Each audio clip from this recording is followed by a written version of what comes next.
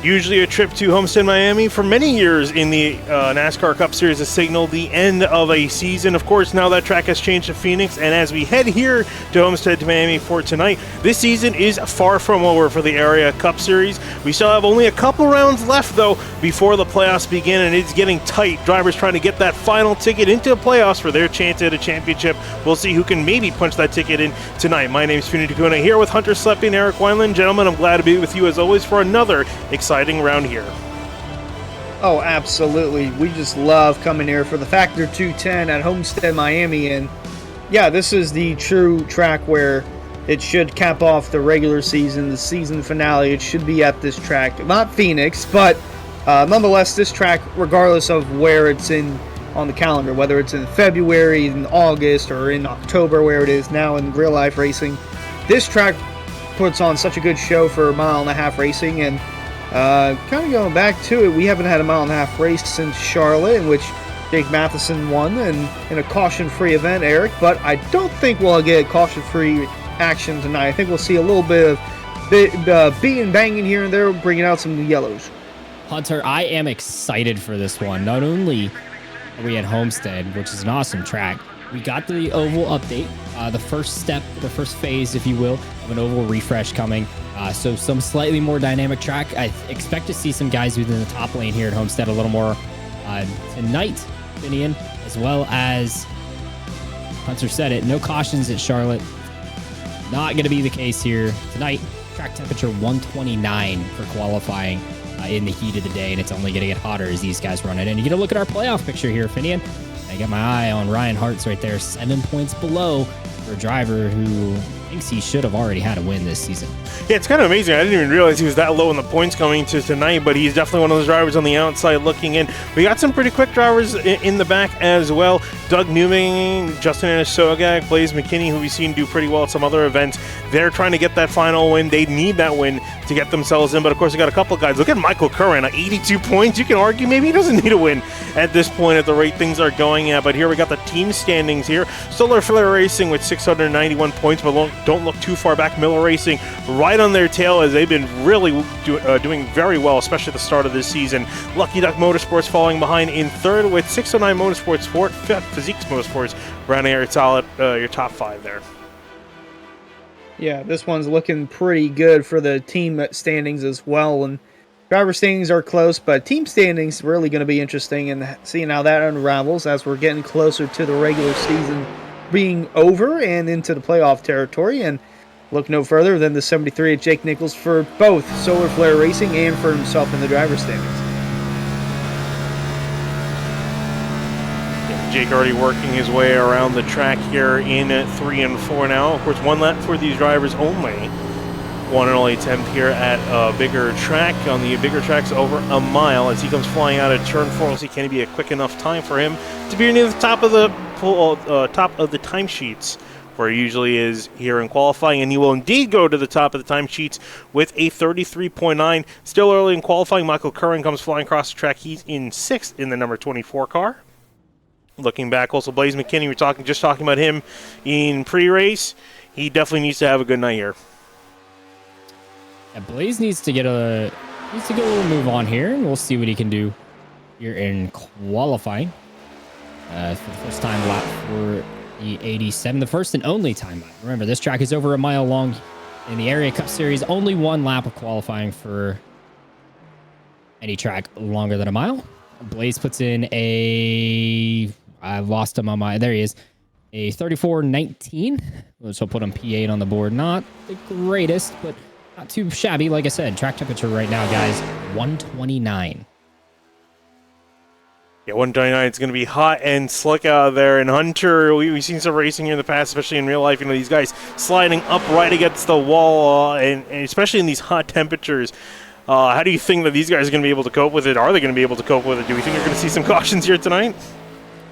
Yeah, well, we average about 4 yellows every race here for the Cup Series at Homestead, Miami. And oddly enough, the last 2 times we've been here, Jake Nichols has won both races back in Season 2 and Season 4. Cameron Hearn, the only other winner here at Homestead.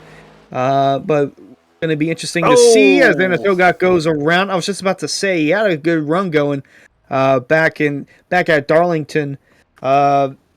So we'll have to see how that plays out for him, and we'll have to see if anyone else can dethrone Jake Nichols. So far, the closest one to doing that is Connor Okrezik. Yeah, stuck up there with a in the 14 to be second on the timesheets. See if anyone else can get closer. Still, a couple guys have pretty much half the field went down immediately and put a time down. I think some others just waiting to see maybe if some clouds come over the track, cool it down just a little bit, and they can try to get a faster lap. Dom DeLeo out there in the 22, way up against the wall, warming up for this lap.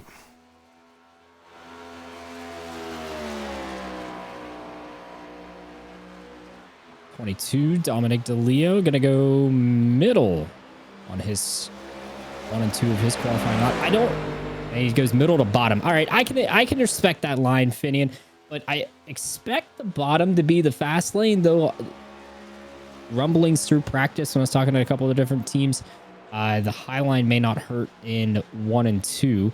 Dom's a little higher than I would expect in 3 and 4. You kind of want to be right down on that first seam, right above that white line.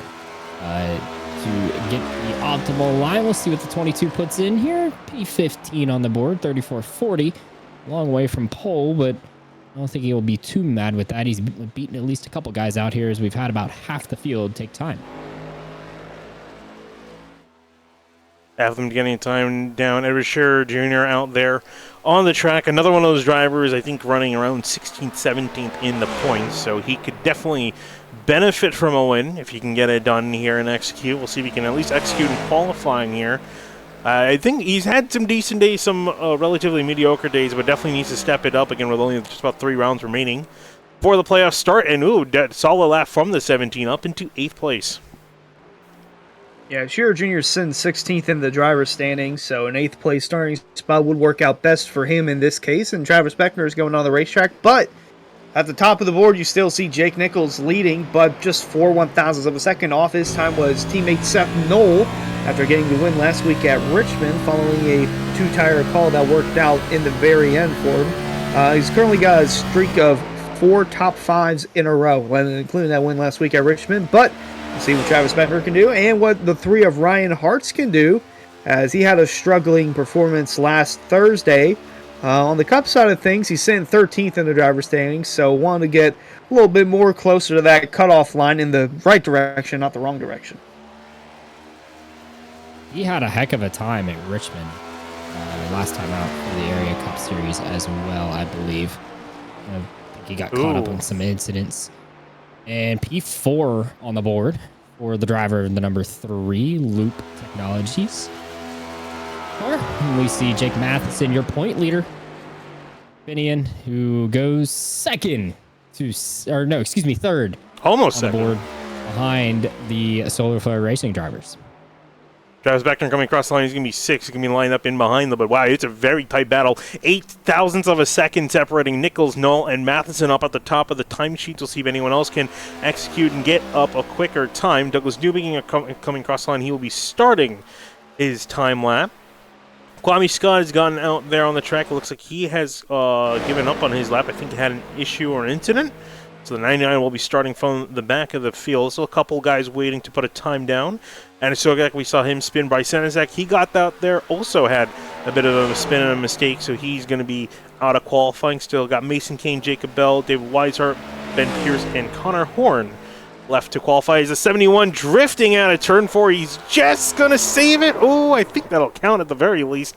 Might not be particularly quick, but he will go up to, let's see, where will he be at? No, it doesn't. That was his warm-up lap. Was it? Oh, well, because it's... Or he might have made contact with the wall at some point. Might have. Or, because I'm not sure if it counts at a certain amount after the line, but either way, no time for the 71. He'll be starting from the back. Cedric Hunter's out there. He's attempted a lap, but has not been able to put one down. So he will be also starting from the back. 2 minutes remaining in qualifying. I'm curious to see if anyone else will get out there and put a time down. But for the most part, qualifying looking mostly wrapped up. Indeed it is, as there's still about a minute and a half left, and if you want to go out and make a lap, you're probably going to want to do it right about now. So Jake Nichols, he's won the last 2 times here from Homestead, Miami, and looking like he's going to start on pole for tonight's race. The factor 210 New sponsor here this week for all the area races. So, race fans, are you looking to eat healthier in 2024? No need to fear, Factor is here. Choose from over 20 different meal options each week, including keto-friendly choices, calorie-smart meals, and vegetarian options. Factor meals are prepared with nutrients and ready to eat in 2 minutes or less, saving time so you can enjoy your day without meal prep or cleanup. Click the link below in the Twitch chat to get started and use coupon code FACTORSE46850 to save 50% off your first box. 50. And that's code FACTORSE46850. Or you can just type !Factor in the Twitch chat. I was going to say, that's something definitely I should probably be looking into. I've been trying to eat a little bit healthier this year, improve my diet, so I think I might be definitely giving them a look up once this race is over here. And the race is just about to begin here. 30 minutes left in qualifying here as... Oh, I was trying to get Travis Beckner. He's having a bit of a Raven Zoom. I don't know what he's jamming to, what he's listening to. He looks happy. You've been doing too much Daytona 24 racing if you think there's 30 minutes left in qualifying. Did I say 30 minutes? I meant 30 seconds. Yeah, I just want to get you on that because you did run the Daytona 24 this past weekend, as a lot of people on the service did. Congratulations to all those that completed the race. That's a pretty big feat in and of itself.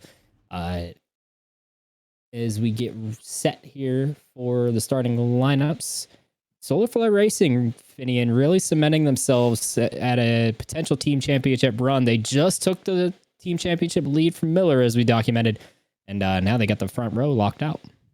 Yeah, front row locked out. They've been such a strong team this season. I mean, Miller Racing, they came firing out of the cannon at the start of the season, but now Solar Flare, they're kind of come back up to not necessarily reclaim their dominance, but they've come out there to fight. And taking a look at the team standings again before we get there, only 3 points separating these two teams.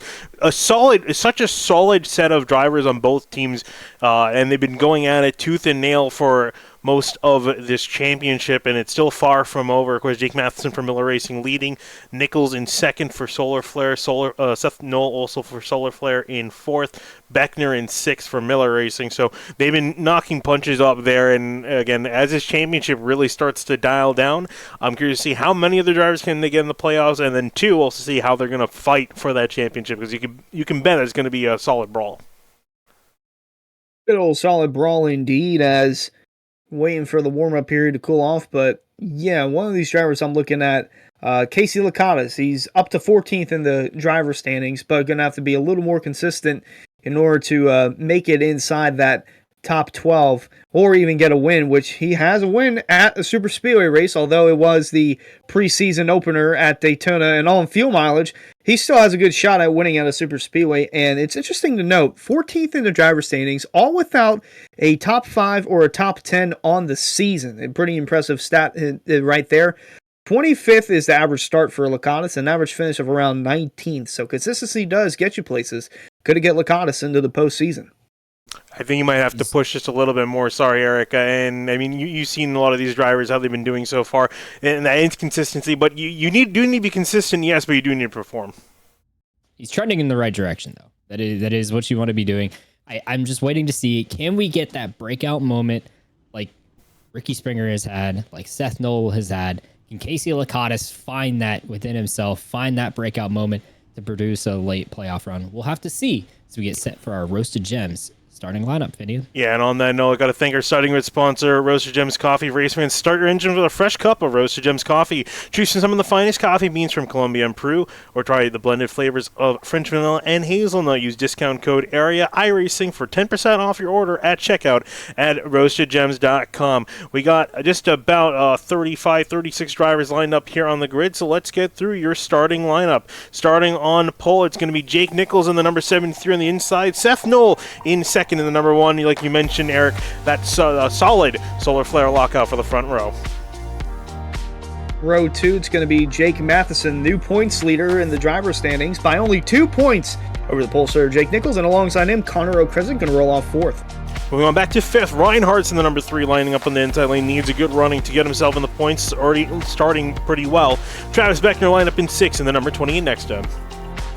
And in 7th for row 4, going to be Greg Mitchell in the 2 for Fazekas Motorsports. Alongside him, the 609 Motorsports driver of Jeremy Miller rolling off 8th.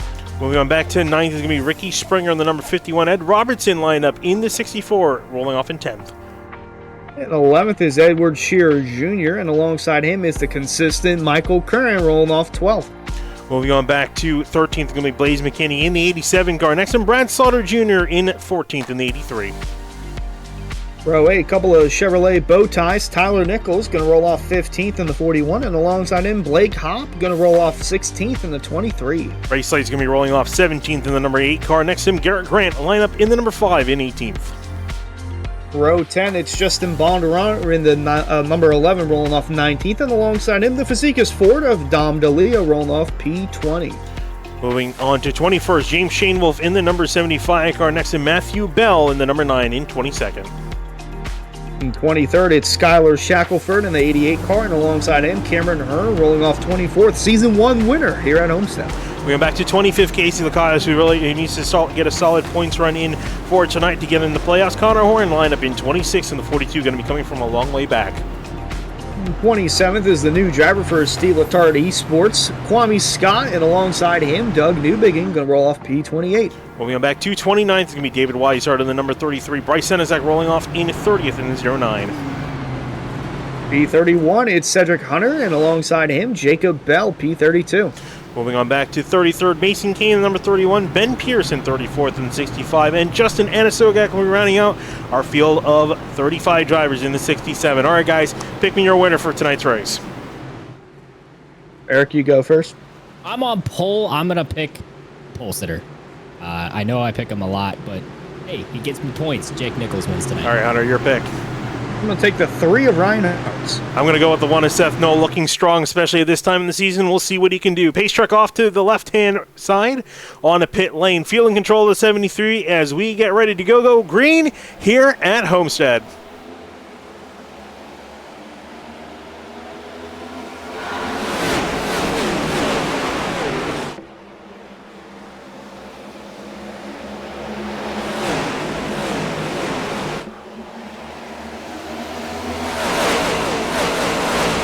Someone is off the racetrack. It's the 41 and Tyler Nichols. What a save. Gonna lock it down here and we'll save it and get back rolling. But it'll be down in 33rd as the field comes out of turn 4. Travis Beckner sideways out of turn 4, drifting out there to complete lap 1. Oh, car in the wall back there. Might have been Doug Newbigin in the 71 getting a piece of that turn 4 wall. Not sure if he had help. Oh. See if Sogak was very slow on quarter exit as well. Oh, yeah. Oh. Took him a while to get there on the front straightaway, but he is... I have an idea. What is that idea? Track is 133 for the start of this race. These guys are... It's greasy out here at Homestead. Definitely starting to look greasy out there on the track. We'll see how these drivers handle it here, getting those tires warmed up to temperature, at least some decent operating temperature to make some sort of moves. But so far, single file for the first few cars. Reinhardt sitting in 5th. Beckner already up 2 spots to 4th. Yeah, good work from the 28 of Beckner moving on up onto the field. And right above, you can see there's already guys starting to experience the 2nd lane, the 3rd lane, all the way up near the wall, just trying to find any sort of grip they can very early on in this race at Homestead. As we look a little further back of that top 10, you see Curran, Jeremy Miller in the 30, trying that 3rd lane up on the outside, then even outside the top 10. Brad Slaughter in that 83, working that high lane in. He was the first one that I saw after the start of the race, really getting himself up there. Man, he's really loose off of turn 2 right there. I just don't know that he's gaining very much ground. Brad started, let's see, dragging the wall. We got a problem. Ed Robertson, way off the pace. Take a look and see what the 64 is. Spin behind him. Trying to see what's going on. Whoa. I think David. 5 car of Garrett Grant just made an incredible save, Finian. Take a look and see at your SimRat market replay what happened in turn 3. Oh, it looks almost like he took out the 64. Not sure if he got loose on entry or what happened, but that was a great save there. Oh, and then at the tail end of that, you saw the 42 of Horn against the bumper. That looked fairly intentional from my point of view. So Garrett has come over to the radio and said, apologies, he locked up. Oh. Getting on the brakes, getting down into the corner. So I got on him a little too hard trying to get down in. Nonetheless, he nearly cleaned Ed Robertson out. I don't know what Connor Horn was seeing that he just almost drove through the 5, but nonetheless, no yellow. We stayed green. Back to battle on track here between the 14 of Connor O'Kresick. Greg Mitchell rolling the top side now ahead of Brad Slaughter. Yeah, interesting to see the dichotomy in these two lines that these drivers are running with Brad Slaughter there clipping, getting a piece of wall there in the background as he's running. And then behind him there, the pink and black car, that is Ricky Springer riding in the top lane, trying to make up some speed. Yep, Springer just one spot shy of that top 10 as we go in sim with him now. He's got the VR headset in, so he's getting a full 360 panorama view inside the car and throughout the racetrack as you see the drivers up in front of him starting to go all the way up from the third lane where Slaughter is to the middle, to the bottom, where during the skirmish with the 5 of Garrick Green, we actually saw a pass for the lead. Jake Matheson is the new race leader over Jake Nichols, who's given the bottom open to Travis Beckner. Not going to be enough, though, but you see those cars on the outside. They're starting to make up some ground. Greg Mitchell, Brad Slaughter working their way inside the top 10 as just outside this top 4, we have a battle for 5th going on as Jeremy Miller's now entering on that outside line, starting to move their way up. Miller just ran the fastest lap on the racetrack, that last lap. About a 10th better than your leader. The 30 car is moving forward. We watched the 2 of Greg Mitchell now, or excuse me, that's not the 2. Who is that behind him? That is the 24 of Michael Kirkham pulled to the bottom on Ryan Hartz. They're trying to make something work down there, but it looks like it's just not quite clicking at the moment for the 24. You see him getting freight trained quickly by the 14 on the outside of Connor O'Kresick. Tries to throw it in there, but that 14 is going to win out. Then you see Brad Slaughter way up against the wall. And this is what you love to see. You mentioned, Eric, that oval refresh, the update iRacing, trying to improve the multi-groove racing, and we're seeing it in action full force here at Homestead. I think it's a combination of factors, Finian. Not only are we getting that oval, that new dynamic track or fixed dynamic track, but say fixed, at least partially remedied. We still are fully uncertain of how it's going to play out until we may potentially see a new tire model somewhere down the line. But 133 on track temp is the hottest I think we've had all season at any racetrack. So these guys are absolutely, it must feel like they're on ice. They're not driving down in the Midwest in Oklahoma or Arkansas right now. If you saw those videos, it is these guys on the virtual Homestead Miami Speedway just sliding around. Slaughter starting to get a little further away from the wall, Hunter. I don't know if he's searching for grip on the racetrack or he's afraid of getting himself up into the wall. I was just about to ask, Eric, if that's going to affect the handling of the car this early on, especially with the tire wear on these mile-and-a-half tracks like Homestead. Because we saw the 2 of Mitchell and Brad Slaughter working their way on the outside. Then Mitchell kind of parked on the bottom as soon as the 30 of Jeremy Miller going up and using the outside lane. Couple battles. I'm not sure how it's going to play. I can tell you we can go 2 stops on fuel. We're expecting 58 to 63 laps tonight for a tank of gas, but tires is a different story. Homestead's always been one to chew tires. Oh, big moment there between the 83 and 3. But Homestead's always been one to chew the tires up and have a lot of fall off. So far, 12 laps into the race, 3/10 is about what we're seeing here in Finian. Yeah, and started seeing some battles lower down the field there. We're seeing a battle for second. Travis Beckner hitting the white line on the exit of turn 2. Threw him off the track. Here comes Nichols trying to get back that second place spot. Beckner's been poking and prodding and trying to get that second place so he can control the race. Miller, you saw Solarful Racing. They were 1 and 2, and now it's at least Beckner's trying to make it Miller Racing 1-2 at the top of the standings. Trying to do that in the race. As you can see, they're side by side going into turn 1. Matheson in front on the bottom, along with the 28 of Beckner trying to get clear of that 73. But over there on the back, you see the 2 of Greg Mitchell fighting with the 1 of Seth Knoll for that top 5 spot. He's back on the outside lane as Jeremy Miller just in front of him has worked his way up to 4th, and O'Kresick up to 7th, Curran 8th, Slaughter 9th, and Ricky Springer has joined the top 10 as the battle continues inside Homestead Miami. The 1 car is starting to slide backward. I don't think he's wanting to slide backward like this, but he may be hanging onto his tires. He's running the bottom the entire time. Travis Beckner completes the pass on the 73 of Jake Nichols, put Miller Racing up to the 1-2 positions. You saw and Jake Matheson pulling out a line on straightaways. That actually is giving draft, just that little bit of draft to the 28. Helped him complete that pass. You see how well those two can manage the front of the race now. Just about 15, or clicking off our 14th lap right here. So we'll see. This is about the time where the tires are really going to start to batter and how well you've taken care of them. Yeah, one driver I'm definitely looking at is Cameron Hearn, who's moved up 10 spots since the start of this race. Started back in 24th, up to 14th, and he's showing no signs of slowing down at the moment. But that makes me concerned. You talk about saving tires, especially when the track is so hot like this. You can easily, if you burn up the tires, you're going to be suffering for a lot of the rest of the stint. And so for Cameron Hearn, he's going to blow by Matthew Bell in the number 9. I'm just concerned that he might be pushing it a little bit too hard early on. Another driver in the similar boat, Cedric Hunter, he's also moved up a bunch of spots from 31st up to 16th already.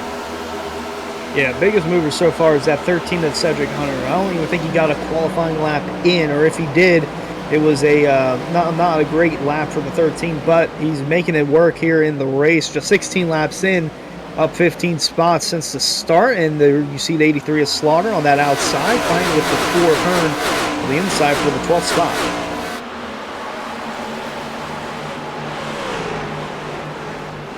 We'll get on by, and there's Brad Slaughter sitting in 13th, and we're starting to see, we saw a bunch of drivers up there on right up against the wall, but it seems like they've all kind of migrated towards the middle lane of the racetrack instead. And are we a bit surprised by this, or this is kind of expected from it to see from them? I actually shouldn't say that too much. It's just Ricky Springer out there. Yeah, I'm not sure. We're going ahead. No, you first. All right. I was gonna let you. You guys gave me pole position for the pick of the race. All right. I was trying to share the love. I'm not surprised to see these guys migrating back toward the bottom of the racetrack. They're going to be looking for whatever line is providing the best lap time at this point. Not really too much passing is going to be seen. Probably for another, I'd say, 20 laps until the tires really start to wear out. As I say that, Jeremy Miller and Michael Cohan are going to make a race of things here for the 6th spot. But these guys are going to identify who has the fast lap times right now and at what part of the racetrack are they running those fast laps. Right now, that is Seth Knoll in the 1 car on the bottom of the racetrack. We get a look at Michael Cohan's sign. I don't think we've checked in with this at all, Finian. What has he got rocking this week? Jason Kelsey, I believe, is who he's referring to. Should be the marshal for the Daytona 500, dressed like he was at the Kansas City Chief game. I don't know what that's referencing. I'm going to act like I do. It was from last night's game. How did you not watch the game last night? I don't watch football. Well, not even that. It's all over social media, too. I am not on social media either. Oh, well, he's the brother of Travis Kelsey, the one dating Taylor Swift. Oh, and he was I think, okay, I did hear about this, yes. Yeah. He was bare-chested in 15-degree weather, drinking beers in the stands with the fans. It was just a cool sight to see. Did you guys happen to see the text message that came from, I believe, probably Jason's wife's parents that were watching the kids? Unless the kids were there at the game, I'm not sure. I think the kids were watching at home, but I did see the text. The text said Dad's boobs are out on TV, so I had a good chuckle at that one. And I don't think I'd find a way to fit that word on any other iRacing broadcast, but we get to do it here at the IRA Cup Series. We look at Cameron Hearn now going after, that is Matthew Bell, I believe, in the 9. These two battling away for the 12th position. Getting it back and forth. Cameron still liking that upper seam. Just don't know if that's the fast line at this point. Last lap for the 4 was a 35.22. Matthew Bell, 34.84. So 9 definitely faster than the 4. Yeah, Bell had a flying run out of turn 4 last lap through and trying to make a dive, but couldn't quite execute and get it done. So he's going to have to sit back there. In 13th, a lot of the battling's dying down near the front, but more battling going on further on behind. Kwame Scott trying to move up a couple spots after starting way down the order. And Kwame now finally up a couple positions. He is currently up to P19 after starting in 27th. Yeah, good climb up for the 99 and Kwame Scott. As right behind him, you saw Connor Horn move past Ed Robertson. Robertson going in the wrong direction, down 11 spots since the start. And another driver who's found his way outside the top 10 is the 3 of Ryan Hartz. He started 5th in the number 3 machine, and he's dropped all the way down to 6th. Eric, I'm not sure, but he's running 31 or 35 ones on the track compared to the leaders running 34 8s and 34 9s. It feels like he hasn't been aggressive at all and is kind of battling a tight handling race car. I'm not sure what's going on here. He almost ended up 4 wide right as we picked up that camera shot. And they may still end up 3 wide with the way things are going. See the 4 really back to 9 up there on the top. That's going to give Blaze McKinney a run on the bottom. But yeah, the 3 not moving forward. He's down 6 spots. Not the moves he's wanting to make right now. See what he can do. But Matthew Bell is going to rip the top side now. You got Cameron Horn going to the bottom, pinching the 87 down on the racetrack. Getting tight here in the middle of the field for these drivers. Everyone jumps for position. I think we're starting to see some guys fall off. Starting to see some guys jump up. Seth Knoll getting just past the 28. Travis Beckner not quite finished yet, though. Here they come back on the front straightaway. Beckner going to fight back hard on the inside lane. Gets a great run off of 4. Almost on cue, Hunter, that you talk about Seth Knoll, you know, he's losing spots. He's probably saving the tires, hanging on for something later. And here he comes. Pressure on the 28 car. We got contact in the back. The 4 and the 87 are nearly wrecked. Yeah, I was about to say, they almost came together in the middle of turn 2 that last time around, but that's what happens when you're fighting for valuable spots on the racetrack. Battle for 14th heating up as we take a look at the Sim Market replay. They were fighting for quite a while. Ooh, and both drivers fighting for the same piece of racetrack, and it's really tough here. Great save from Cameron Earn. You saw a couple wiggles there. Amazing that he's able to hang on to that thing, considering it's so slick out there. You get that death wobble, and you just try to recover. And they're still battling here for second place. The battle has not died down. Yeah, this is almost on cue, like you mentioned, Eric, with the one of Seth Knoll. But not only that, but look at who the top 2 are. It's Miller Racing, and then 3rd and 4th are Solar Flare Racing. Solar Flare just took over as the team leader standings for the team side of things. Just 3 points separating those 2. And again, for points to count for those, it's the top 2 drivers of that organization. So the best of Miller Racing and Solar Flare Racing going at it inside the top 4. We're 26 laps into the race. We're working lap 27, and saw the 1 definitely fall back. I don't know that the 73 really fell off too much in pace. He did a little bit. Obviously, he's now behind the Miller Racing guys, but those 2 coming back toward the front. The 1 of Seth Knoll looks like he's going to finally complete that pass on the 28. Patient to get by. Meanwhile, back here, Ryan Hartz is moving up the racetrack to see if he can make something out of this. Cedric Hunter on the move. Runs the 9 car up the racetrack, Finian. Yeah, Jim making some moves, trying to get up there. He's up to 13th. He's had a really impressive climb forward. Almost kind of wondering why you almost imagine what he can do if he actually got a qualifying lap down, because he's looking really quick here at Homestead.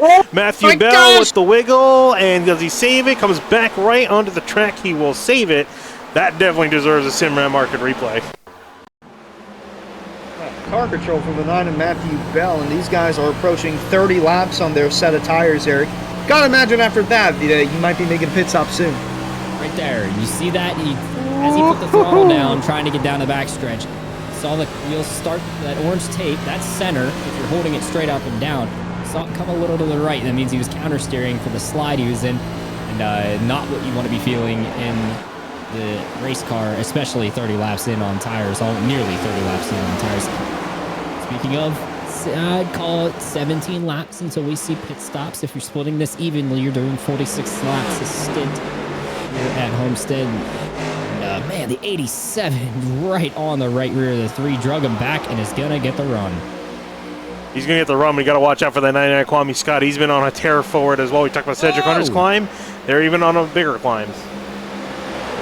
Saw that there with the 3 of Hearts and the 99 of Scott. A little contact there in the middle of turn 1. But nonetheless, still going strong as they're almost beating and banging. They are touching fenders here up for the 9th spot. Blaze McKinney and Ed Shearer Jr. Here comes the 99 of Kwame Scott. He's been working his way up through the field. Up 16 spots, looking to make it 17. Again, inside the top 10. Might have a 2-for-1 special going into turn 1. Cedric Hunter and Kwame Scott must have been listening to some Miley Cyrus, because they are climbing up the leaderboard. Thank you. I will be here all week while you were seeing the race cars Tuesday and Thursday nights. I'm just impressed that the top is holding on as long as it is. You're going to see a big run right here from the 87. He'll clear the 99 with that huge run he got on the top side of the racetrack So Blaze McKinney hanging on to that 9th place spot. They got a little ways to go now. A little gap has separated ahead of them. Greg Mitchell and Ricky Springer up the road, and then you get up to the top 6 that are all within a second and a half of each other. Further up the road with 3 of Ryan Hart starting to look. Look at this run he gets on Jeremy Miller. Huge run going off into turn 1, and everyone's still trying to find some sort of grip. The 30 a little bit loose there in the middle to high line. And there you see Ryan Hart's running that high line, trying to speak clear. Cedric Hunter, he gets back to 13th, and the 3 of Gray run off the corner. Will he do anything with it? Going to dive down low to the inside of the 30 in turn 3. I think Jeremy Miller's going to be able to hold on to it unless he has a little bobble here on corner exit, in which he does, right on cue, and now he's still trying to battle control the car. That's going to allow Hearts to move up on the racetrack. Meanwhile, battle for 9th. Blaze McKinney on the outside, Kwame Scott on the inside. 99 continuing to work his way up through the field, trying to go plus 18 since the start of this race, only 33 laps in. As they continue to duke it out a little further up the road, Travis Becker is falling outside the top 5 all the way down to P6. It is. Finian, you called it. Used up his tires, and he's paying the price for it now in the back end of the run. He's just bleeding time to the leaders. The leader last lap, 35.18. Travis this past lap, 35.35. So about almost 2 tenths slower that lap. Not what the driver, the 28, wants to be seeing, but hey, that aggressive early may pay off. Unfortunately, it's not this time around. And we'll regroup after the pit stops coming up here in approximately 10 laps. We'll see what he can do. First pit stop of the night goes to the the 67. Justin Anasogak. I don't know why he decided to short pit so much, unless he's going to try to 4-stop it. It's very early to pit for the 3-stop. Can make it, or excuse me, the 2-stop.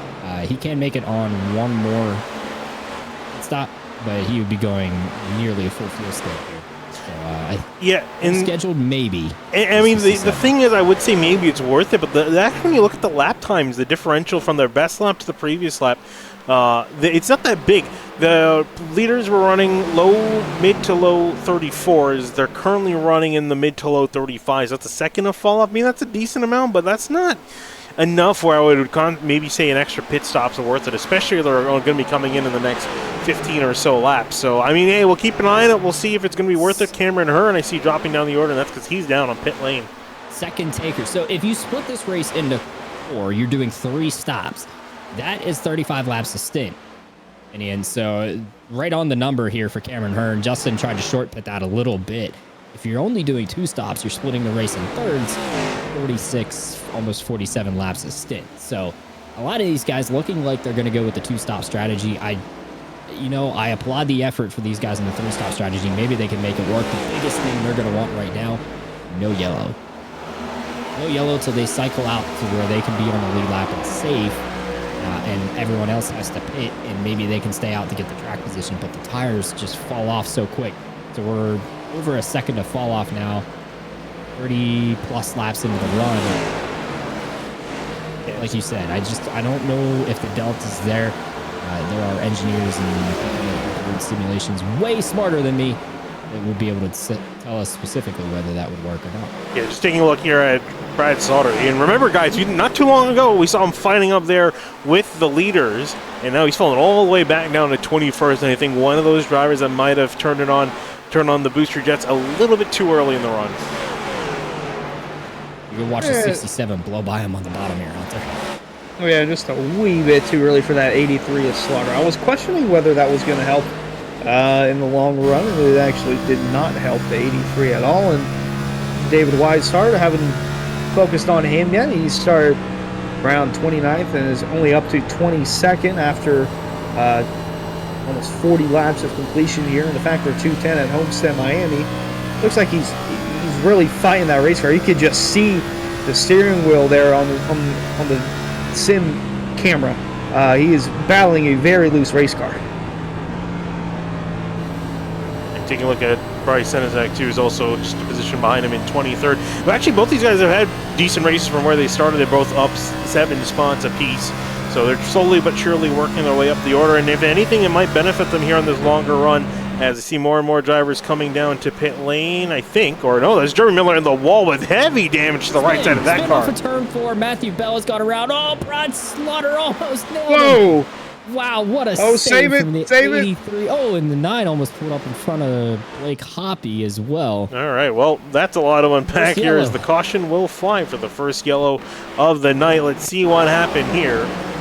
We've got a small preview of that as to what happened here. Well, there's a 30 up slow on the wall. We'll see what happened to him. But this is the cost of the caution. The 88 getting in behind the 9, hit him from the rear. Around he goes. And he locked it down to stop in the middle of the track. Well, there's Brad Slaughter there going for the evasive miss. Trying to see where Brad Slaughter is on the track. And he did save it, but we'll definitely take a look and see what he saw.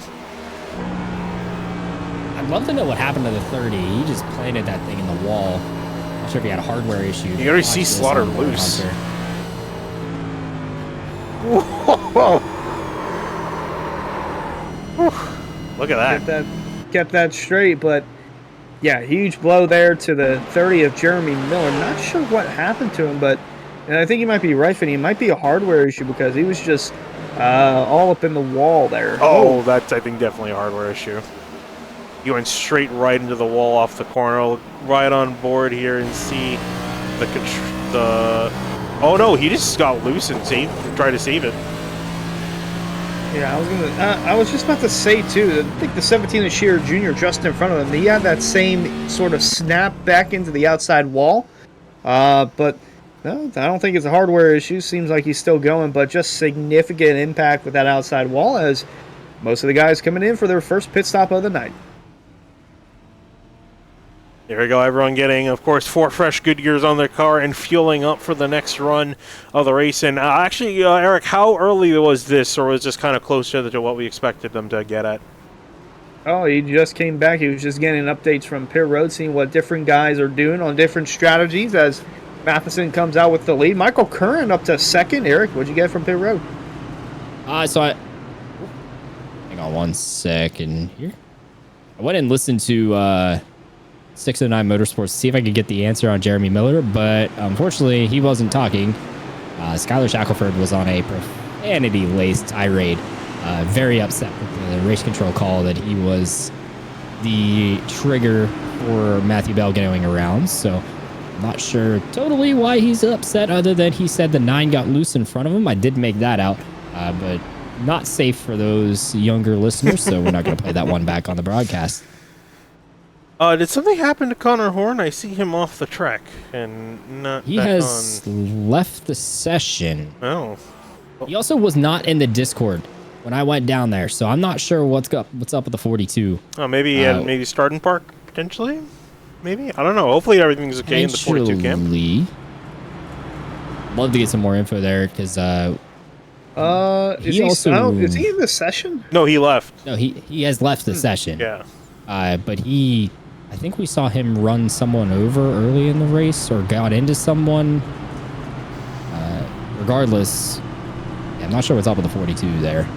We get our little reset here. Finian with Jake Matheson holding the lead over Jake Nichols. Yeah, he's doing a solid job up there in the front of the field, Jake Matheson. Not a whole lot of drivers been able to challenge him tonight.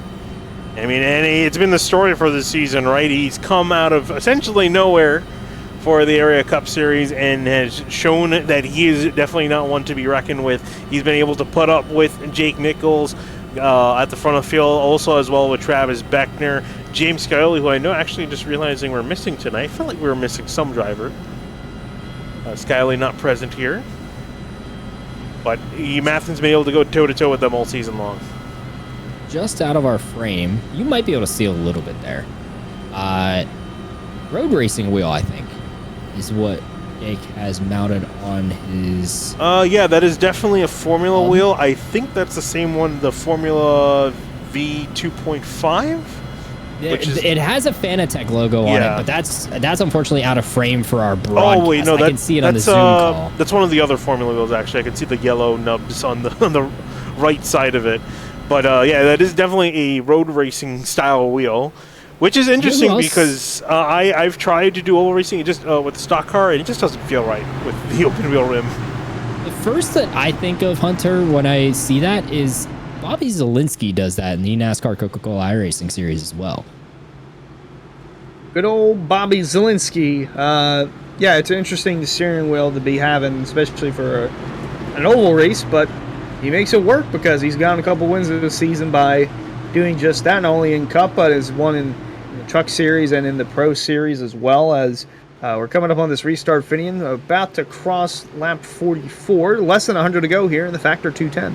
Yeah, I just want to really quickly thank our replay sponsor, Simrad Market. Race fans, just head over to simradmarket.com for our custom iRacing paint scheme templates that are simple to use, simple and easy to use, so you can stay more focused on the racetrack. At simradmarket.com, here as the field comes down to take the green. First restart of the night. We're back green here at Homestead. Matheson leading him on down to turn one. Now the Connor Okresik, a great restart in that outside lane. He's also going to take over second place.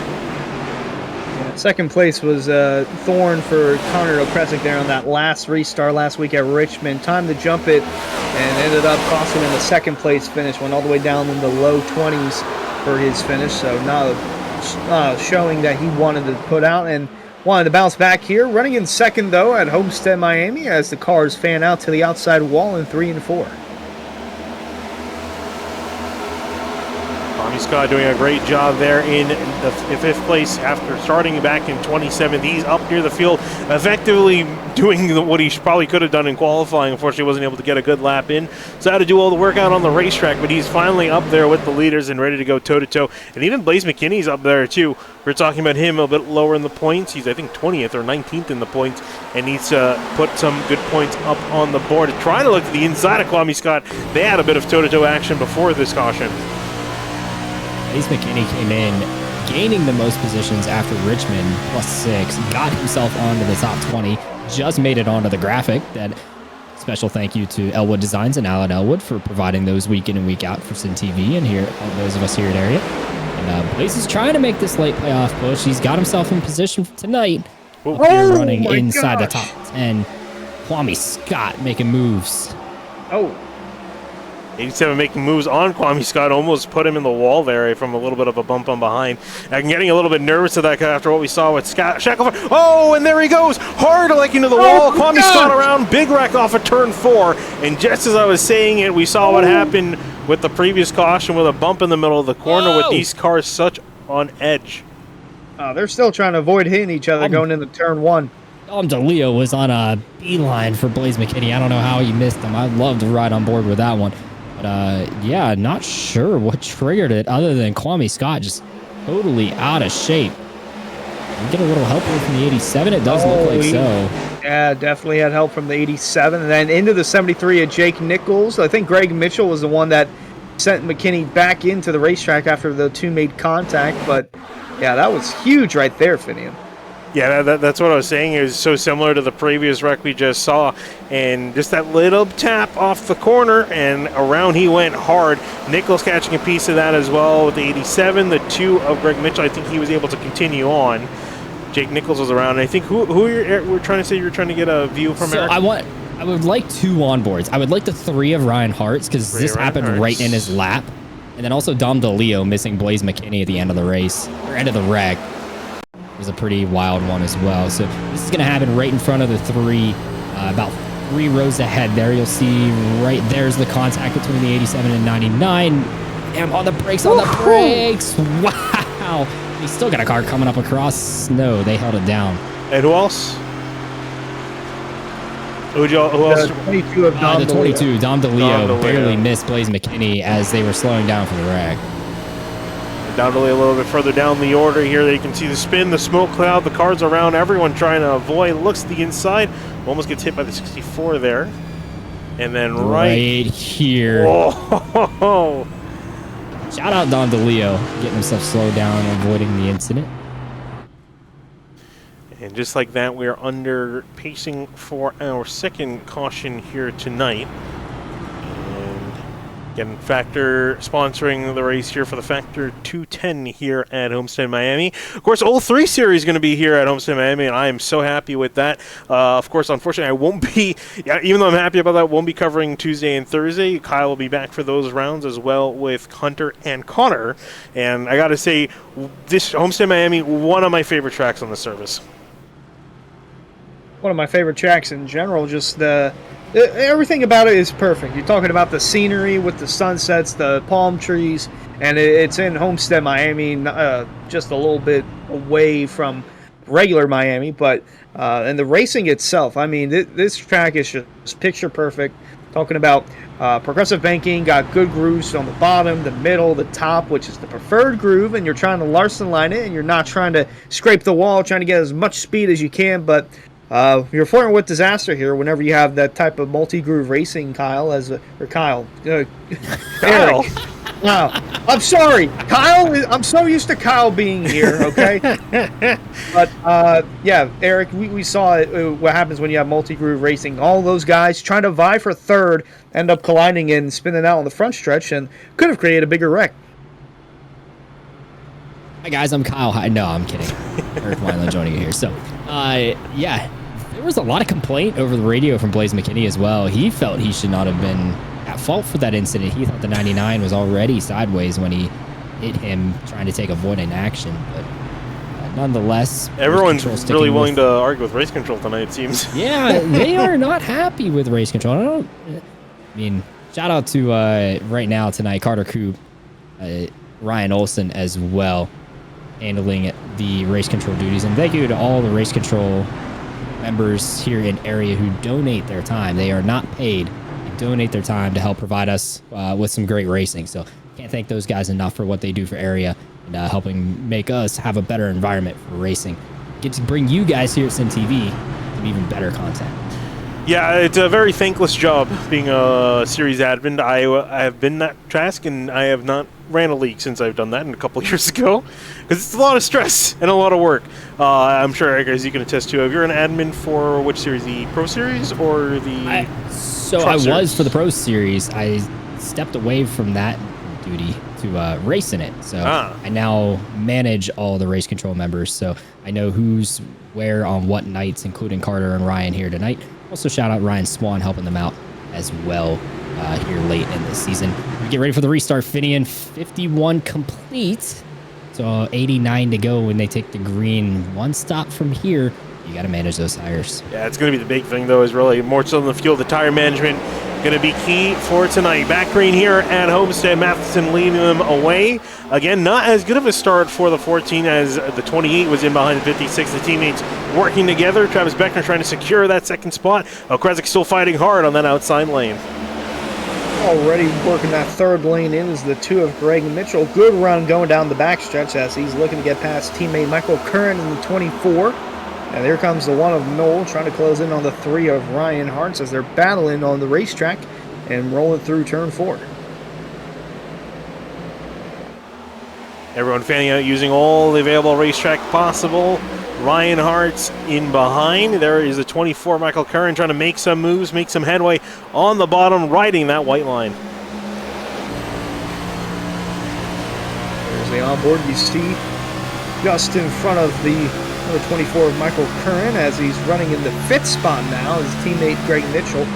Oh, too much about Greg Mitchell today. He was almost caught up in that accident, or could have been more damage on the 2, but just a little side swipe, nothing major for the Mitchell machine. Might have been some optional repair there. We don't know the further extent of that, but it's having a good showing inside the top 5. Oh, right in the back! Skylar Shackelford around. Is around. He got pummeled by Jacob Bell and Justin Anasogak. We got our 3rd yellow of the evening. And that one looks like they came together off turn 4 yet again. Let's see, turn 4 really calamity corner tonight. Bell getting into the 88 right there off the corner, and around he went. Just in front of the 99 of Kwame Scott, almost getting a piece of that, but saw the 77 of Jacob Bell get loose there coming out of turn 4 and flipping that 88 car, and again, could have been a bigger wreck there. Skylar Shackelford will be happy. He wasn't the cause of the incident this time for race control. Jacob Bell with a big moment right there, trying to save the race car, just drove it down into the 88. And yeah, that is wrong place, wrong time for the 88. 86 to go, boys. I don't know. I mean, we're limited on tire sets. We've only taken 1 set. You've probably run maybe 6 hard laps on these tires. They put them on 13 laps ago. I'm not coming to pit road if this were me. I would save that extra tire set yet for potentially later in the race, because at this point we're going to need them. Yeah, I think it's definitely worth just staying out there for the track position. We'll see what the leaders do here as they're approaching pit lane. And I think majority are going to stay. I think we might see a couple takers near the back of the field because they don't really have a lot to lose. I feel the tire sets are worth it, but it looks like, thought Cedric Hunter wanted to go, but he, I guess, doing the little fake out there. And I saw Justin Ansoga go down, and Blaze McKinney going down there. Yeah, so he's trying to, again, make up spots after being caught up in an earlier incident. So a couple of takers near the back of the field. Jeremy Miller back there as well. And you can still see damage to the right side of that race car after his contact with the wall earlier on, after running so well inside the top 5. Hey, Hunter, I have a question for you. Go ahead. You know what this yellow allows? What does it allow? They're going to dump more South Beach heat on the racetrack and make it even hotter. Ooh. Ooh.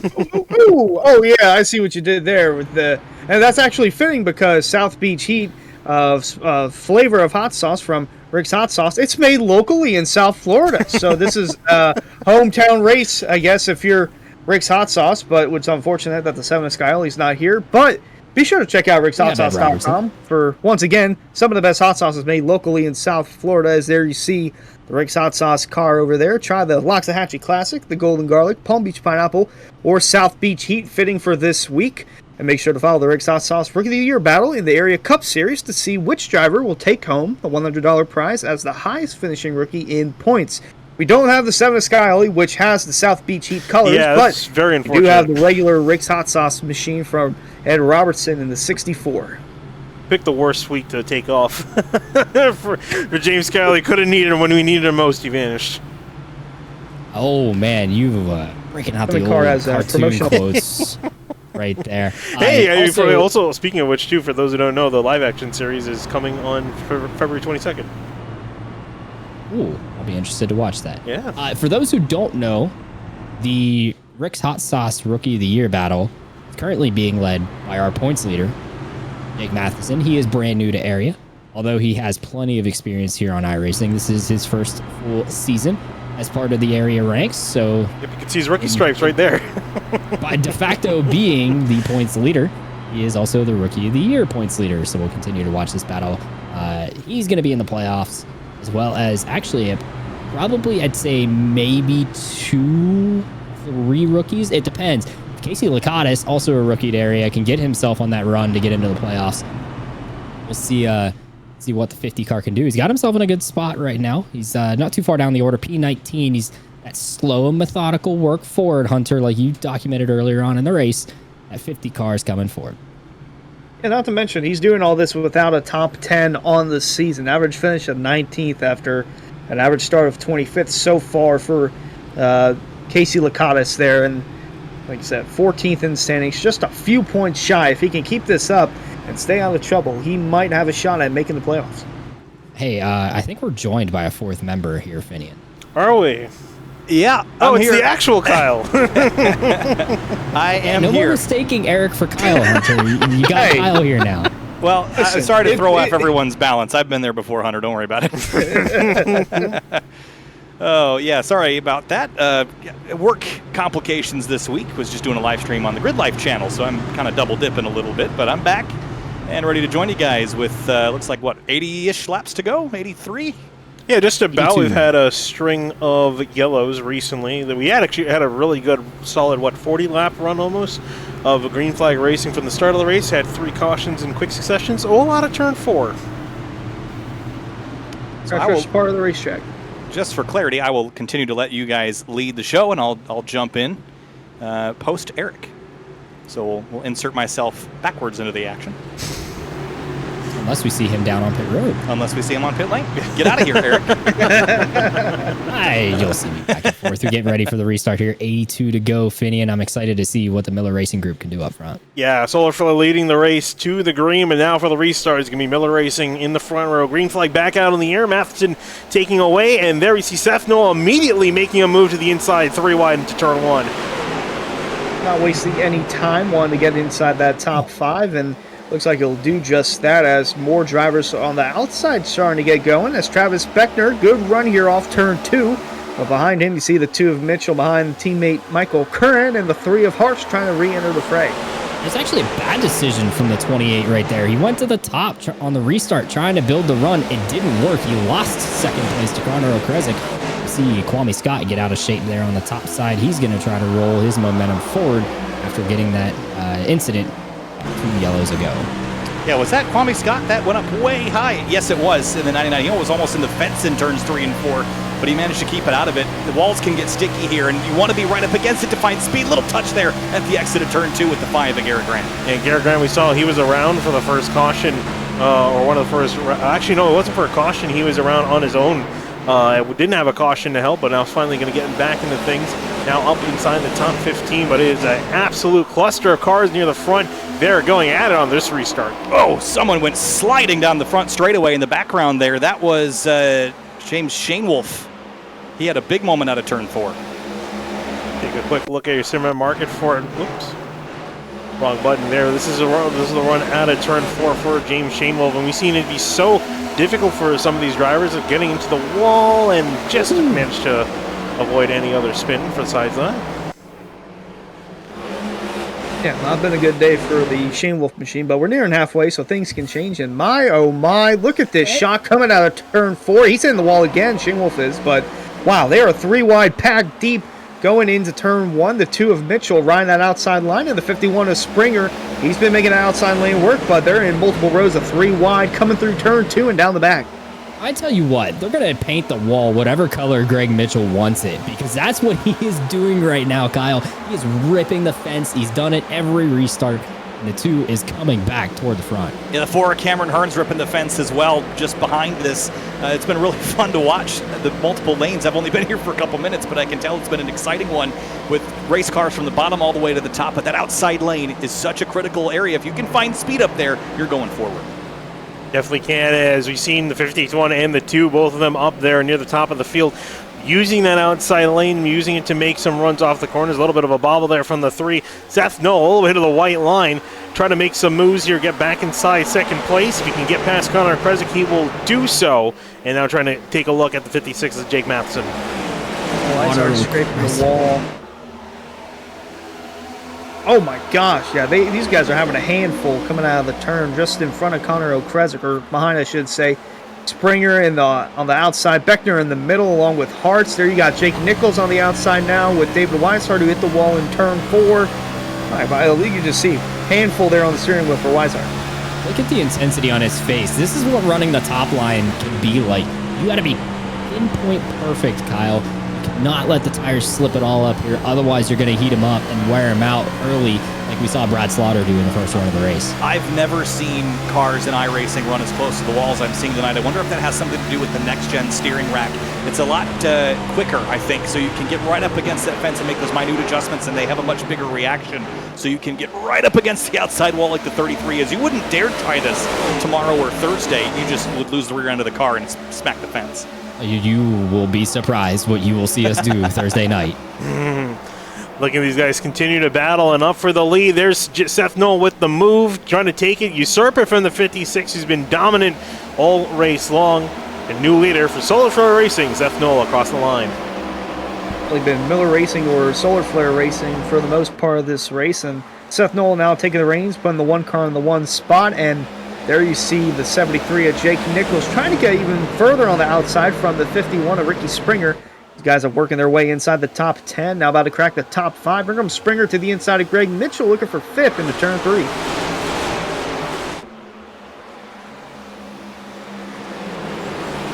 Whoa, that's a great camera shot there. You can see how close these guys are flirting with that wall, lap after lap. Ooh, and I think the 33 flirting with it a little bit too much, catches the wall. Gonna get passed by the 4, Cameron Hearn and Matthew Bell, trying to see if he can get past. Wonder how Beckner. 28 in the wall. He drug it a little bit there. So why is the wall so enticing? Well, there's more banking up here, guys, so that you can get a little more speed across the top. But if you carry just a little too much speed, like we saw the 28 do right there, you're going to end up with the right side in the wall. And like Kyle said earlier, It's glue. It'll just slow you down. Oh, the three's in the fence pretty hard there as well. I don't think that the wall strikes are as consequential as they have been in the past either with this new damage model. The right side of the cars, especially on these composite bodies, are a little stronger. So I think that has a component as well where you can kind of scrape the wall and it's not just going to dent the steel in and then you're slow for the rest of the race. You can bounce off it once, twice, thrice and still walk away okay. So maybe that's reducing the fear factor a bit. While we're watching that, battling, Jake Matheson is taking the lead as quickly as he lost it. Seth Knoll back to second place now. So Jake Matheson showing that he can definitely turn on the afterburners if he needs to. Up at the front, and then in behind it is Travis Beckner trying to see if he can catch back up after losing a couple spots after making contact with the wall. Jake Nichols to the inside of Ricky Springer, duking out for 5th place.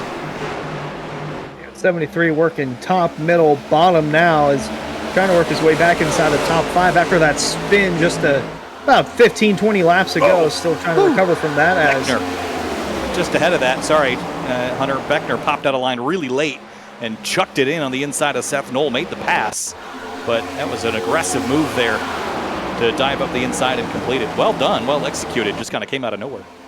Because he felt now was the time to move, and here it is going to be similar, teammate versus teammate. Jake Nichols, Seth Knoll exchanging positions. I think they're looking a lot more planned. I think the one saying, go on, go get him. Now, this is about normal for Kyle, who might have missed the first 60 laps of this race. It's literally been Solar Flare Racing versus Miller Racing. These two, Jake Matheson, Beckner for Miller Racing, and then Jake Nichols and the one of Seth Knoll, the one last week at Richmond. They've been inside the top 4, duking it out for the majority of this race. Here comes Okrezik trying to close in and make it a 5-car race for that top spot on the racetrack.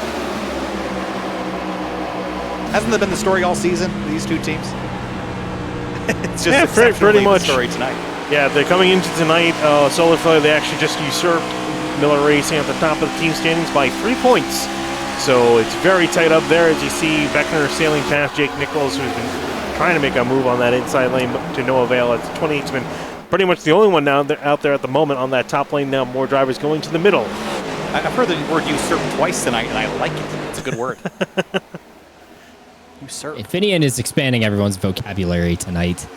I was really going to say, educating our viewers very well. I picked up a real book for the first time in a couple of years. I already am like, I should use this word. I really do think reading helps, and I have not done that in like 5 years. So. I still have not done it in 5 years, so you're better than me in that department. Cedric Hunter here working in behind Ryan Hartz, and actually he's getting passed by Cameron Hearn. And Hearn's been poking his nose here and there in that number 4 machine. Hasn't quite been able to get past around the 10th place or so. Yeah, still trying to find his way through the up in season front. 1 winner Hello. here. Travis Beckner in the lead. Jake Nichols trying to take past the 56. I can't look away from these guys. Every time I look away, there's a new person in front. So why is this happening? Well, so Beckner's just running his tires harder right now. I don't know if Matheson maybe hurt his stuff trying to drive back into the clean air once Seth Knoll challenged him. But Beckner's really working his tires very hard. He's 32 laps when he crosses the line here since he bolted them on. I'd discount maybe 6 laps, 8 laps off of that for yellow running. So all 30 hard laps. But Jake Nichols last on pit road 25 laps ago. So he's got slightly fresher good years on that 73 machine in the rear view mirror of the 28. So Jake's going to do everything he can to get that clean air so he can try to drive away.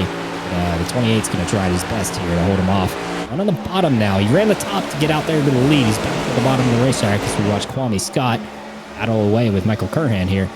99 and 24. I've been told by people in the know that Travis is making race car noises in the other room. Vroom, and he takes the lead.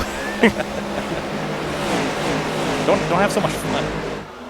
Hey, let's get our audio on the Zoom call. That's the next step. You don't want me to turn that on, I don't think. Yeah, I was going to say. Unless you want to be the one full-time bleeping. That's kind of your job already. You need to find a. All right. That's one more thing I got to do. And here comes Jake Nichols. Great run out of turn 2. He's going to try to throw a move to the inside, and haven't seen that 73 up in the lead. He's been trying. As Beckner catches the wall, I think it's going to be a sealed deal. The 73, can he slide up in front and seal it? He cannot. Beckner coming back hard off of turn 4. Will get across the line first. Lead that lap after making contact, and now Nichols is like, all right, I'm going to try it. He's going to try the outside. He's going to hit the wall. Boom. I'm not sure if it's going to propel him into the lead or get him a run, because here comes Matheson to the inside. But he saw that it worked for Beckner. He's going to continue to try and do that until he gets clear of the 28. But for now, Beckner holds on to the lead in turn 3. Here comes Nichols to the outside. So Jake hauled off in there way too much speed. You saw him have to give up so much on entry just to make sure he didn't clobber and knock the wall down. So that killed his momentum off the corner exit, and that led the 28 back to the front. Connor Okresic, meanwhile, going out of here with Seth Knoll. And I'm interested here, Kyle. Seth Knoll's the only one that's not getting off the white line. He wants to be in that bottom groove. We saw it pay off in the first run, but it was after like 35 laps that we finally saw him start to really make ground up. So he's trying to do it again. I just don't know that there's enough time left in this race for him to make that ground. Yeah, I think at this point, we're past halfway. You have to start moving into the, the cancel the experiment stage, right? You've done it enough times now. You know when and how good it works, and you have to start looking at everybody else, because this race is going fairly green. Don't want to jinx it, but it's running pretty green, and you're going to run yourself out of time. I know I did, but I had a caution about 3 laps. Well, someone's got to be exciting. And it's me. We are not too far from green flag stops as well, guys. So they bolted these tires on about 35 laps ago, with 62 remaining when we touch the start-finish line right here. Yeah, the fuel window has opened up. I don't think you want to take the tires quite yet until you get closer to halfway between the 2 runs. People are putting tires on? People have been putting tires on tonight? They're wearing out? I mean, you're going to need... Not as much as we would want to see at Homestead. So, leader last lap, 34.97. Ricky Springer and Ryan Hart's coming close together there with Cameron Hearn. Leader last lap, 34.97. Their best lap for Jake Nichols, 34.25. So, just about 3/4 of a second to fall off so far. Not a lot, but I think once you got 20, 30 laps on the tires, you're going to want a big wiggle for the 33. Wow, he was just kind of got put in the fence on the back straightaway in that Ryan Hart's battle. And then watch this out of turn 4. Whoa. You probably want to ride in sim with him here as well live, because, man, the counter steering that the 33 is doing, especially when he runs the top lane, is hurting his right rear. He's going to put too much heat in that thing and get himself very loose. Well, unlike in the Daytona 24 for me, he was actually able to save it from the wall. You see, that steering wheel is centered in the middle of the corner. That is wild. Turn right to go left. Yeah, it makes me really nervous. I mean, turning right to go left while millimeters away from the wall is definitely dangerous. Did Beckner just get the fence down there? If not, he got awfully close to it. I'll take a look and see what's going on with the 28 machine. He's starting to struggle here at the moment. I was looking at him in Zoom right as you said that, and his wheel was bouncing up and down. I don't think he has it mounted perfectly well either. It moves around a lot in his camera. We've noticed that and documented it a couple weeks now. But yeah, he's got a 3D force feedback, baby. He's got a makeshift motion simulator right there. Motion of the ocean. I'm always amazed. Every time we look at it, it looks like it's like ready to fall off at any given time, but it works for him. Look at that laser focus. The eye's not moving a bit. Wheels moving a lot. The eye's not so much. If he just bolted that thing down. Get this man a sim rig. I was going to say, if he bolts that wheel down, this kid would be unstoppable. Battle for the lead. Dick Matheson going around the 73, and he will take his throne back. I don't think you want to be the leader of this race the way the lead changes are happening, Hunter. Oh, Cameron Hearn, I see him slow and dropping down the order. It's because he's going down pit lane. Oh, boy. And pit stops coming up. The 4 and the 67 making their way on with less than 60 to go here. But, yeah, a couple laps to go. McKinney caught the wall. The 33 of Weishart still fighting control of that race car. And just behind the 1 of Knoll, you see the 24 of Michael Curran go down to the inside of Beckner, looking for 4th, as Nichols is going to let his teammate Seth Knoll go take 2nd away. So Nichols holds the podium spot. Meanwhile, on board with Okresic, trying to work his way back inside the top 5 to the outside of Curran, going in the 1. Trying to make some moves, looking to the outside, make moves where they can, where the runs are going, and Mike Curran stuck on that bottom lane. Side by side off the corner, he will just be able to get on by, and Curran will peel him back for 6th place. It's not separating as much as I thought they would after 30 laps now, 40 laps on some tires. Everybody first through 24th is within a second of the car ahead of them or less. So almost 7 seconds blankets the top 24 right now. So, I mean, there's some separation, but not as much as I was expecting here. Cedric Hunter, man, he's going after it on the bottom here of the 99 machine. Tommy Scott. Yeah, these two have been going at it for a couple of laps back and forth. Oh, big wiggle for it's at the 3 behind him.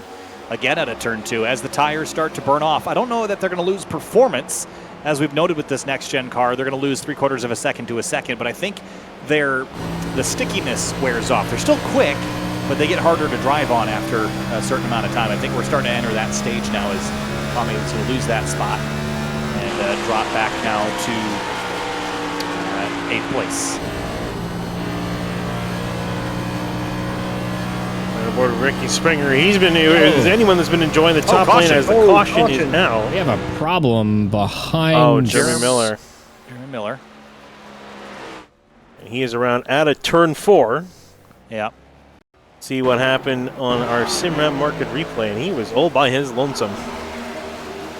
Yeah, it might be a classic case of just losing it in turn 4, or might have been losing it right there. Cars have been a handful in that, and turn 4s have been a problem spot, and clips the apron and back into the outside wall. I think he almost had it saved, but when he hit the apron, it just steered the car straight back to the outside. And he was also heading straight for the pit wall attenuator, so it was kind of a lose-lose there for the 30, I think. Yeah, this is actually a very similar how I wrecked in the Daytona 24. Overcorrected in outside wall. I never did see what happened. It was similar to this, basically. Okay, a lot more damage. Our car was destroyed on the front end, back end. It was pretty bad. His car looking a lot better. Well, didn't have any downforce either, but. I was looking forward to some green flag stops there, unfortunately. You got robbed of it again. We'll get some more stops under caution here as everyone's coming on down.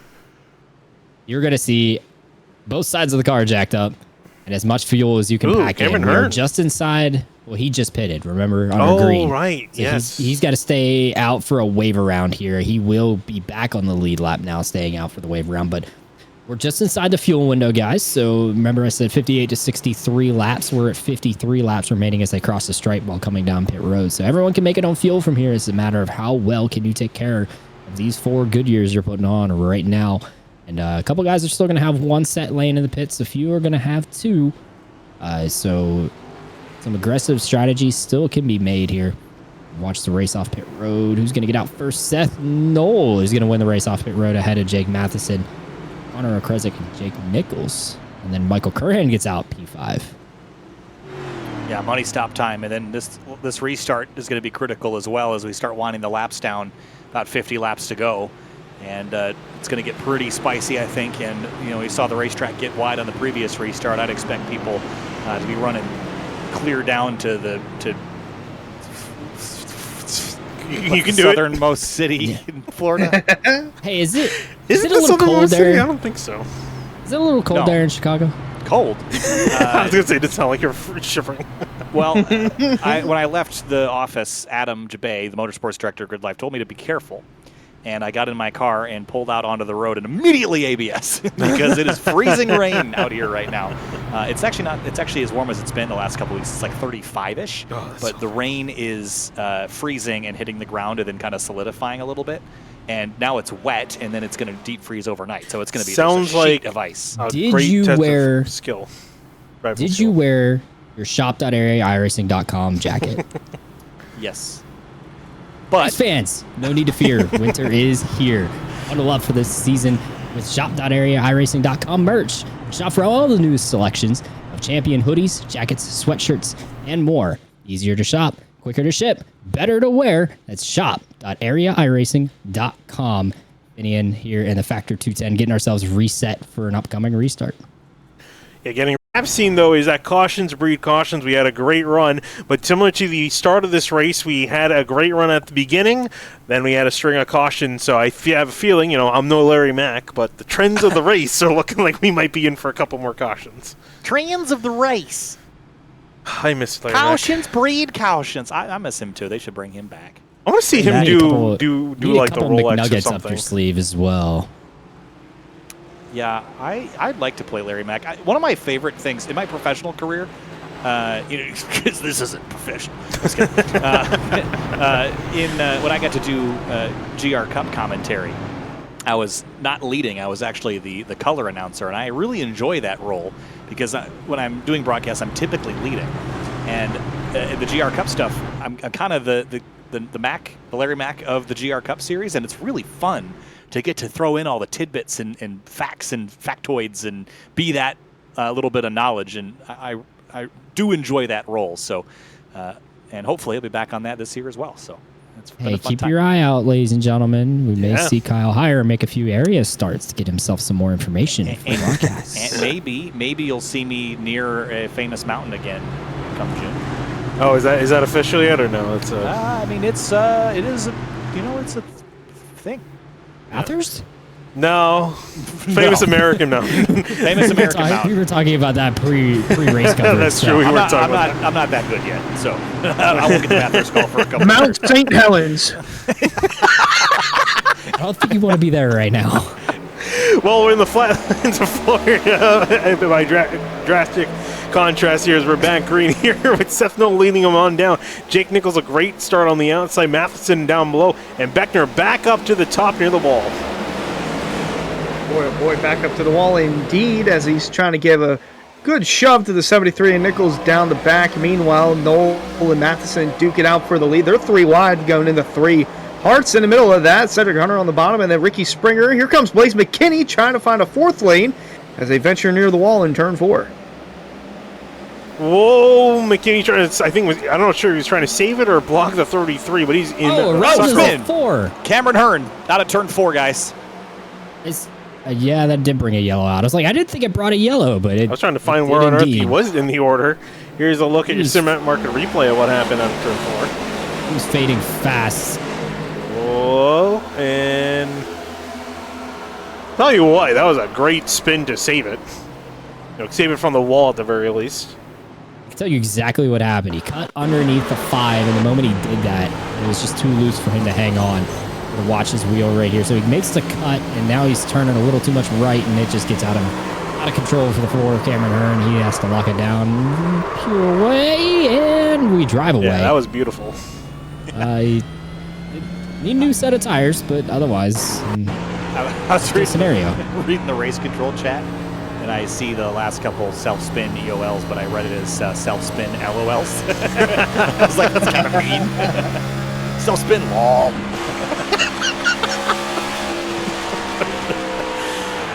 Take a look there from Jeremy Miller's point of view from that spin. Caution out now for the 5th time. And what did I say? We're talking about Larry Mack trends of the race. Cautions breed cautions. Breed cautions. In 3 of the last 5 races here at Homestead.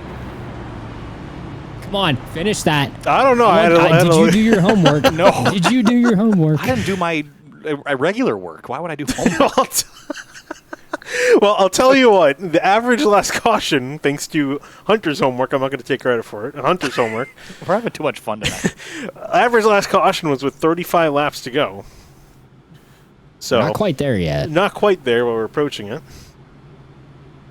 But, Finian, Season 2 was an overtime finish. Yeah, I think that's definitely going to be the case for tonight. Now we're going to bunch these cats up and... Sorry. I mean, last season was 57 to go for the final yellow, so I wouldn't guarantee it just We're in the yet, window. but we are inside of that. You got to take a look. That track temperature's come down, Hunter. It was as high as 133. It's down to 128. Still 230 in the sim time here at Homestead, the virtual Homestead, Miami Speedway. So still a hot racetrack. These guys are still going to be slip sliding around, trying to get going for it. Let's have some fun while we're under yellow here. A couple weeks ago, we talked about the SimTV mascot to be the Digger. What animal should be the SimTV mascot? I'll be monitoring both the Twitch chat and the YouTube chat to pick us a mascot for this camera right here. Exactly. I have an idea. What are your ideas? So you got 1 of 2 options. All right. A honey badger. Okay. Yep. So we just don't care whether these guys bring out yellows or stay green. We still love putting on the broadcast anyway. Or chipmunk, because they like to burrow in holes, and we are currently in a hole over here in turn 2, watching the field pace on by. Yeah. I don't know what I would like it to be. I don't know if I have a strong preference. Honey badger is a pretty good one. I was think gonna it'd be say, fun if kinda it was like if it was like a meme animal, you know, like a I like was a mole going rat or for something. what about a? Well, I would. Or like well, a I spider actually just monkey? I have 2 now. I was originally going to say this one, but then the second thought kind of creeped into my head. So the first one I was going with was caribou because it's something different and obscure, and if it was the size of an actual caribou, it would take up about half the We screen. call him Canadian Carl, the caribou. Yeah. And then another one that came into my mind was a capybara. I was thinking of capybaras. Where capybara is a good one. That would be an Jay- interesting one. Jason suggested a sloth, and I think it'd be really funny if it slowly crawled across the screen and then just got turned into the Sim TV mincemeat. sloth. It works. Starts with S. Oh man, it's pretty good. Oh, the capybara. We'd have to is stay good. on that camera angle to watch the sloth go hiding in a hole so much longer after the field went by. You switch to the camera, Wouldn't just be that for the down rest by of the the time the race. field came around again at a track like Bristol. I mean, The Sim TV platypus. Oh, platypus would be pretty funny. Platypus? Perry the platypus. Platypus. Someone suggested it didn't have to be an animal, but then what it? Maybe the guy mean- looking around with the empty wallet from what's that from? Tarantino? Oh, Pulp Fiction. Yeah. The guy when he's looking around with the empty wallet or whatnot. What about Rocco? Who's that? Patrick's pet rock. Oh, I was going with the old Rocco cartoon from Nickelodeon. see, that's what I thought he was referring That's to. where I Rocco's went. Modern Life. I mean, this would Rocco's cost me. Modern Life. This would cost me $20 on Fiverr to get done. So I'm curious because How I'm many actually copyright infringements would we make though? No, you would not. No, it's original. You just don't call it digger. Yeah. It's just a random animal diving out of the way of race Although cars fun- on a fun- particular fun banking fact. shot. There's Fun fact for that camera angle, I have it listed as digger cam because exactly. That's old school. Fox used to do that all the time. I miss digger. Digger's dead. And it was 6 more Got weeks run away. over. So Hey, February 2nd is coming.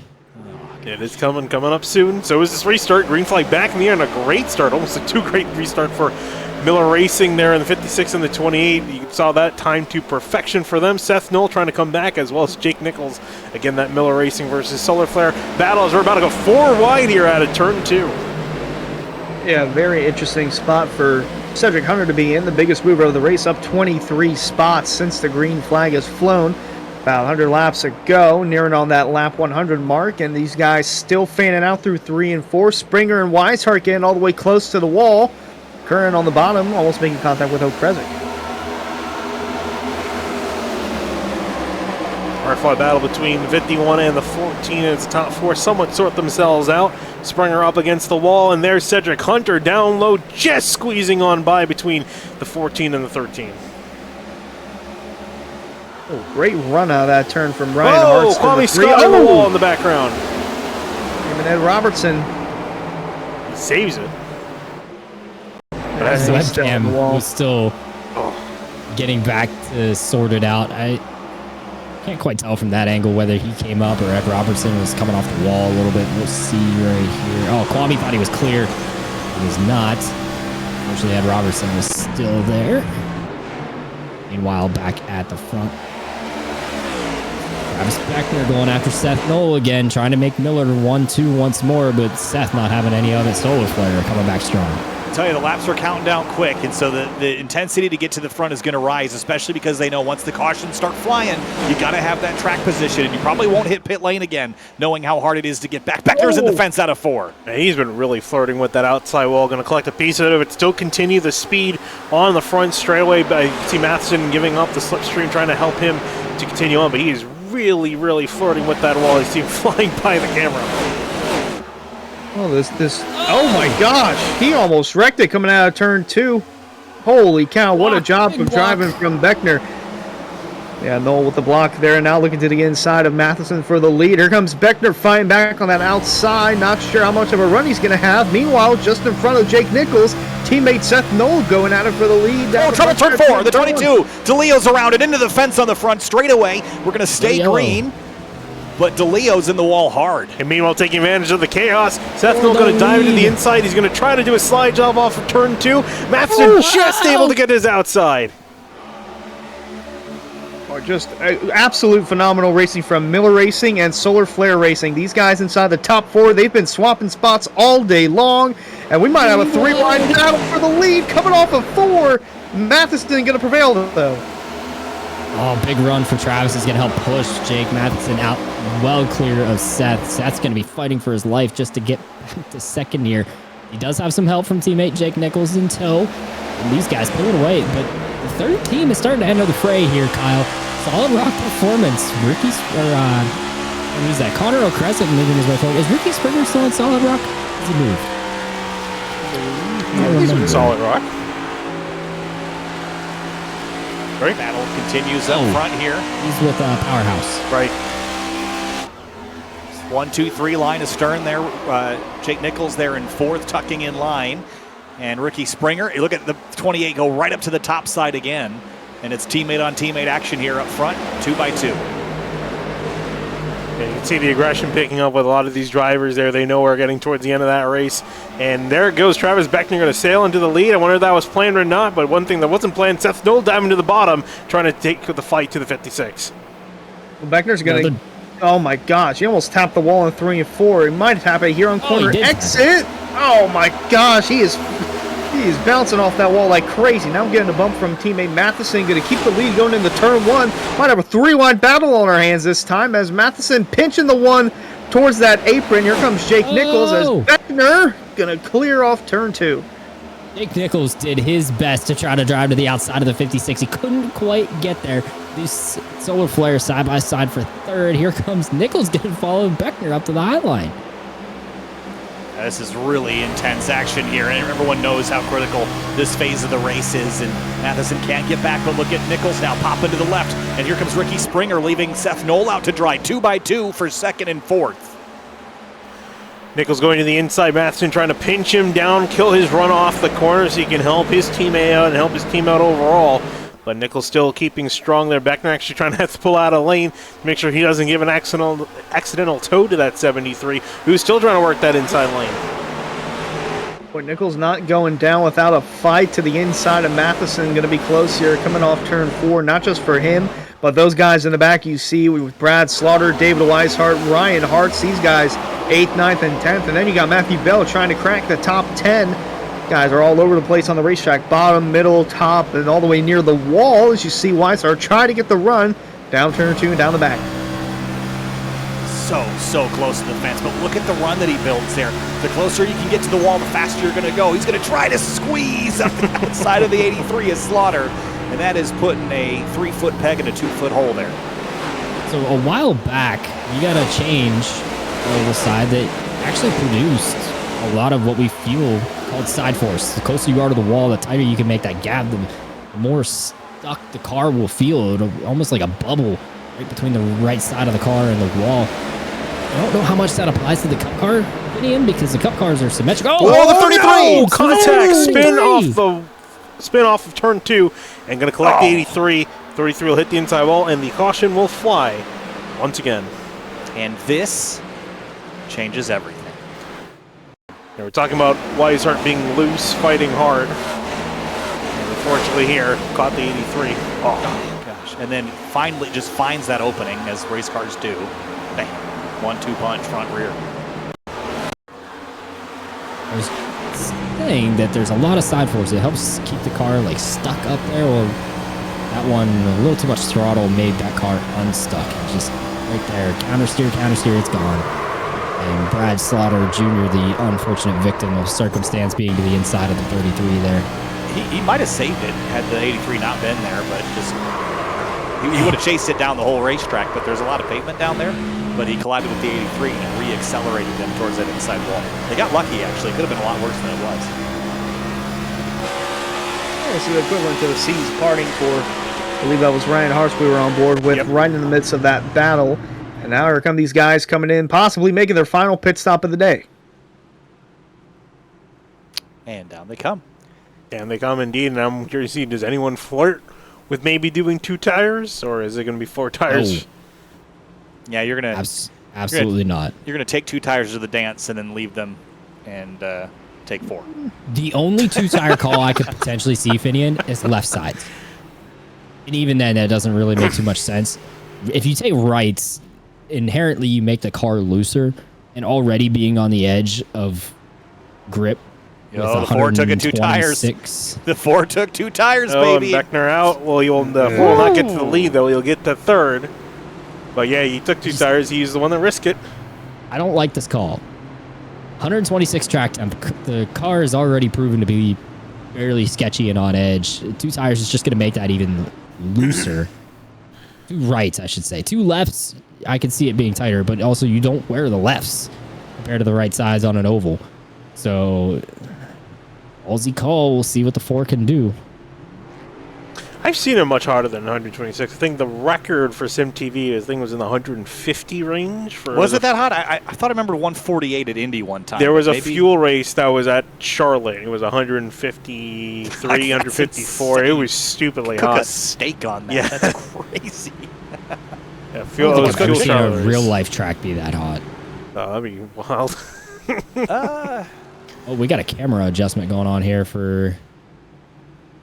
Nope. It's gone. The 33 has left the Zoom call. Oh, no. Did he retire? Well, no. Frustration. Yeah. It looks like he's retired. He's sitting on pit road because he's got a bunch of damage to repair. So, obviously, David Weishart unhappy with himself. I'm sure he's kicking himself for what just happened there. He is Hopefully he doesn't have any damage in his setup. So I'm noticing Kwame Scott down the order. He is 6 laps down. Did we miss something with him? I will investigate. Because I remember he was involved in some wrecks, but nothing like permanent, nothing severely damaging him enough to cause him 6 laps. Be down on pit lane. He came down pit lane earlier under green. And it spent 3 minutes. Oh, he did get hit actually. Leaving turn 2. Was that the Ed Robertson incident? Yes. Yeah. And he got turned into the outside wall. Required from that.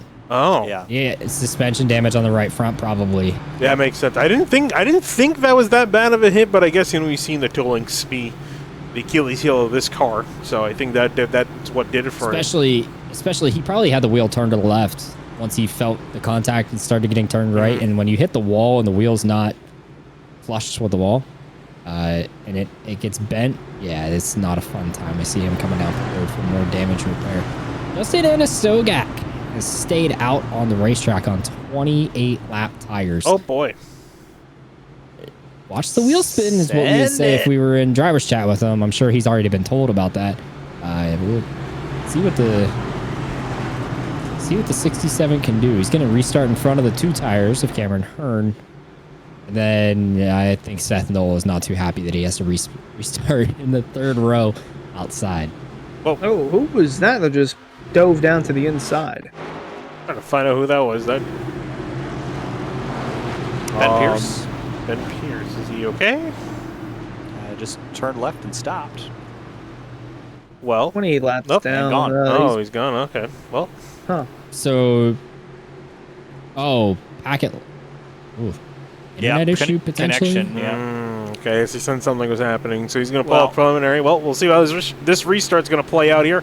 Justin Anasogak, over 20 lap old tires, 2 fresh tires for the 4. Everyone else on 4. We'll see how this plays out as we're back green here at Homestead with the 67 leading them down. Good launch for the 67, but it's going to get eaten up right here. Comes Beckner to the inside, looking to take that lead back already. Hearn on the outside. Going to put Anasogak in a situation here. 3 wide down the backstretch for the lead. Hearn with the run on the outside. He's going to have it for now. We'll see what the Miller Racing machines of Matheson and Beckner can do in turn 3. Rim riding up there. He's going to try to drive around there. Look at contact there. These 2 are not friendly with each other either. Here comes Matheson now to fill the hole on the outside, but Beckner is going to remember that. These 2 have long had a history. Trouble, turn 1. The 11 gets turned. Big hit. Big hit behind him for Skylar Shackelford into the outside wall. There's 3, 4, maybe 5 cars in it. And the caution flag will fly yet again. I was expecting it to be near the front of the field, not near the back. Justin Bondurant, I think, got turned down a straightaway. He did. It was the Skylar Shackelford. They made contact right there. Oh. And I think Bryce Senizak Oh. getting collected, while Jeremy Miller and Garrett Grant. I think the 88 may not be happy because I think Race Control is going to pin this one on him again. Yeah, I was going to say he wasn't happy with the he's earlier already car upset out with call. the I don't first think call. he's going to be happy with this one either.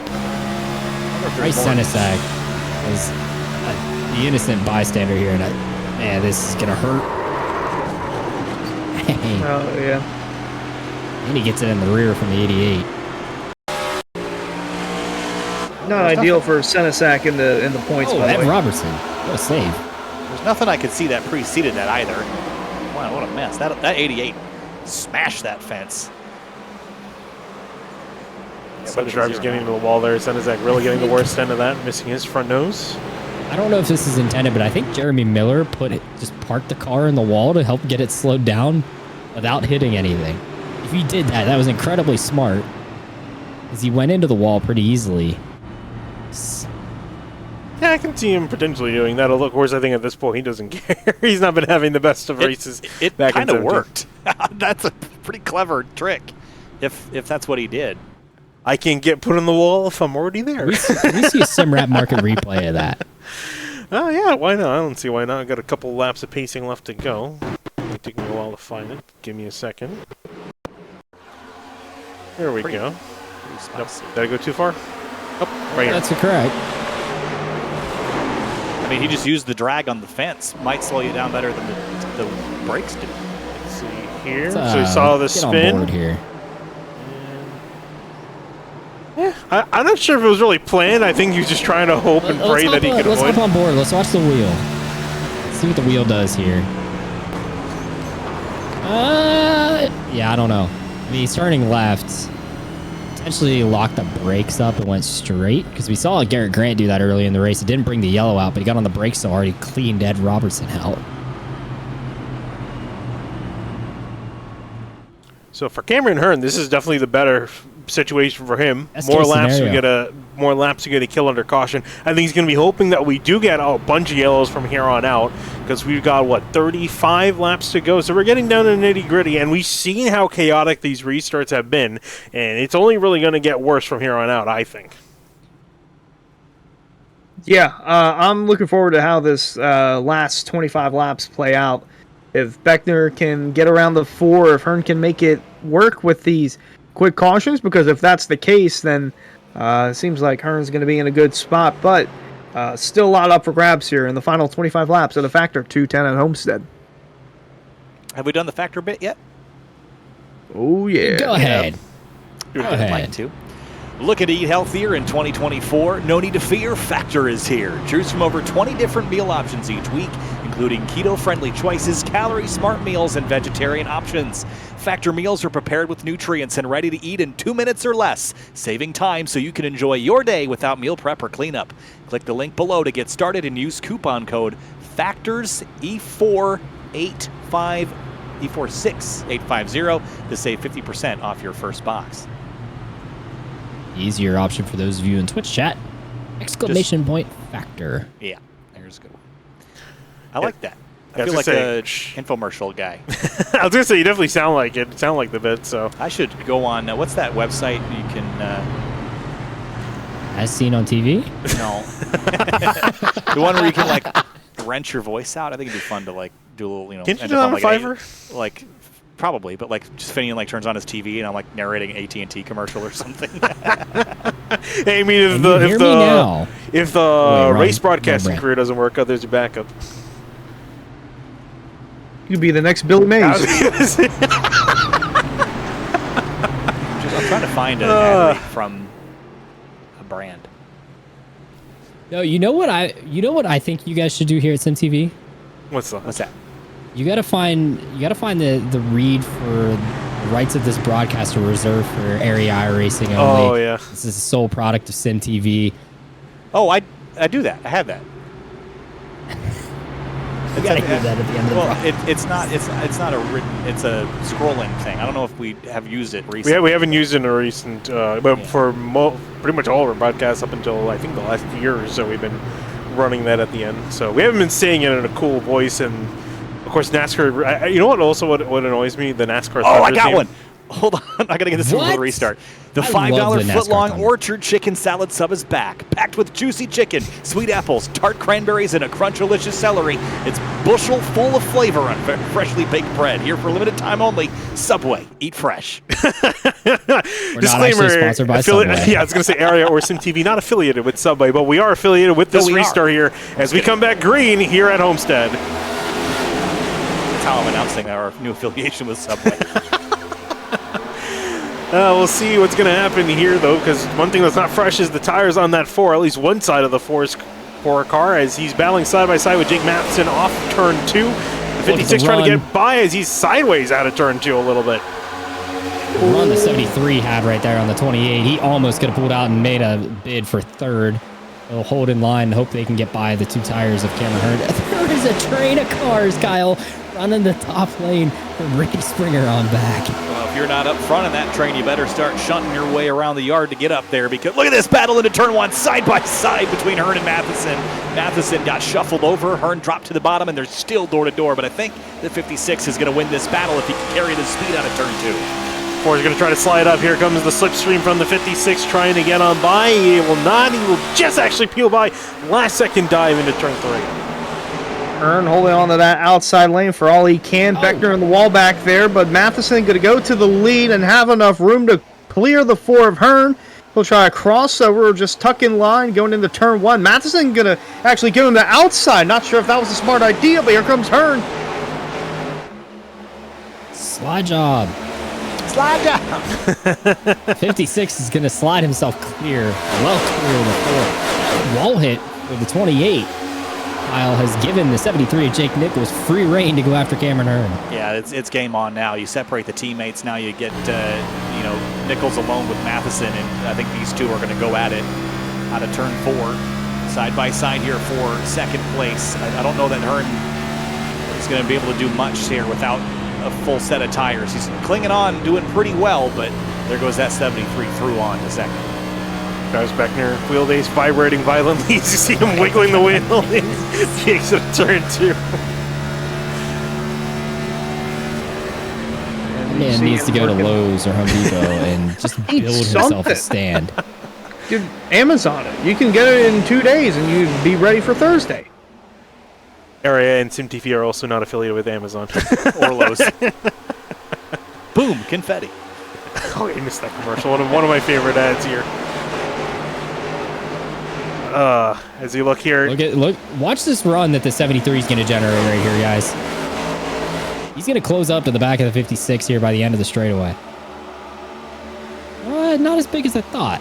But still a decent enough run to get him close. He's definitely now in striking distance to the 56. You can see Beckner in the background still trying to work past Cameron Hearn. He's struggling a little bit because Beckner's been limiting that outside lane. That's exactly where the 4 has been running. But battle for the leader between the 73 and the 56. There goes Jake Nichols. Dive to the inside as we go under 20 laps to go. Not going to be enough to clear from the 56 of Matheson. They're going to be side by side down the back, but going to give the run as Beckner just clears Hearn coming out of turn 2. My gosh, that was kind of close between the two drivers. And Nichols going to tuck in line. I'll go to the outside, trying to generate a run. Here comes Beckner trying to close in on the mix as Hearn gives up 4th to Seth Knoll. Oh, watch this in the background. We don't have it on our camera at the moment, but Ryan Hartz just ran up all over the back of Connor O'Kresick and almost went for a move around the outside for that's actually for 6th, excuse me. As we see Jake Nichols trailing in the tire tracks in the 56, Jake Matheson, that's not where he wants to be. He's got to get some clean air on the nose and make a run at this. Almost only counts in horseshoes and hand grenades, but they are throwing grenades down here. Look at this throw by Jake Nichols down here into turn 3. Beckner's going up top. He's going to come out of nowhere in this 28, but he's in the fence. The wall. Gosh. Trying to make something work here. Cameron Hearn, to his credit, he gets a great run. He's going to go back for 3rd. Fantastic run out of turn 4. Going to use what he can to dive it. Can't handle it as soon as he gets off the corner. The tires just aren't there for him, but he's still hanging on in the top few positions, just trying to hang on here for these last couple laps. Got fired from a slide job and he's another slide internship before he can get that one. I think he might need another caution potentially to get himself back on pace with everyone else, but Go to slide college and get a slide degree. Get another slide job. whoa. Oh, the 28 in the Big wall again. hit. That one may do some damage. We keep saying that, but he ends up somehow making it through despite all the times he's made contact with the wall so far. Yeah, great run here from the 28 of Beckner on the 73 of Nichols, although he's tapped the wall quite a bit. Whoa, hello, someone at the moment coming out of turn 2 and down the backstretch. Might have been, was that Blaze McKinney? Yeah, I think it was No, Jared that's Jared 17. Jr. Yeah. We'll save it, continue onwards. Ricky Springer, Michael Curran. Oh, hello, Ricky Springer. Blowing right underneath the camera. Hearn. Turn in the wall. Cameron Hearn just hit the wall right up the road from these two. He still maintains. Now we're going potentially 3 wide for the lead. Travis Beckner top. Jake Nichols here in the middle, trying to get after Jake Matheson.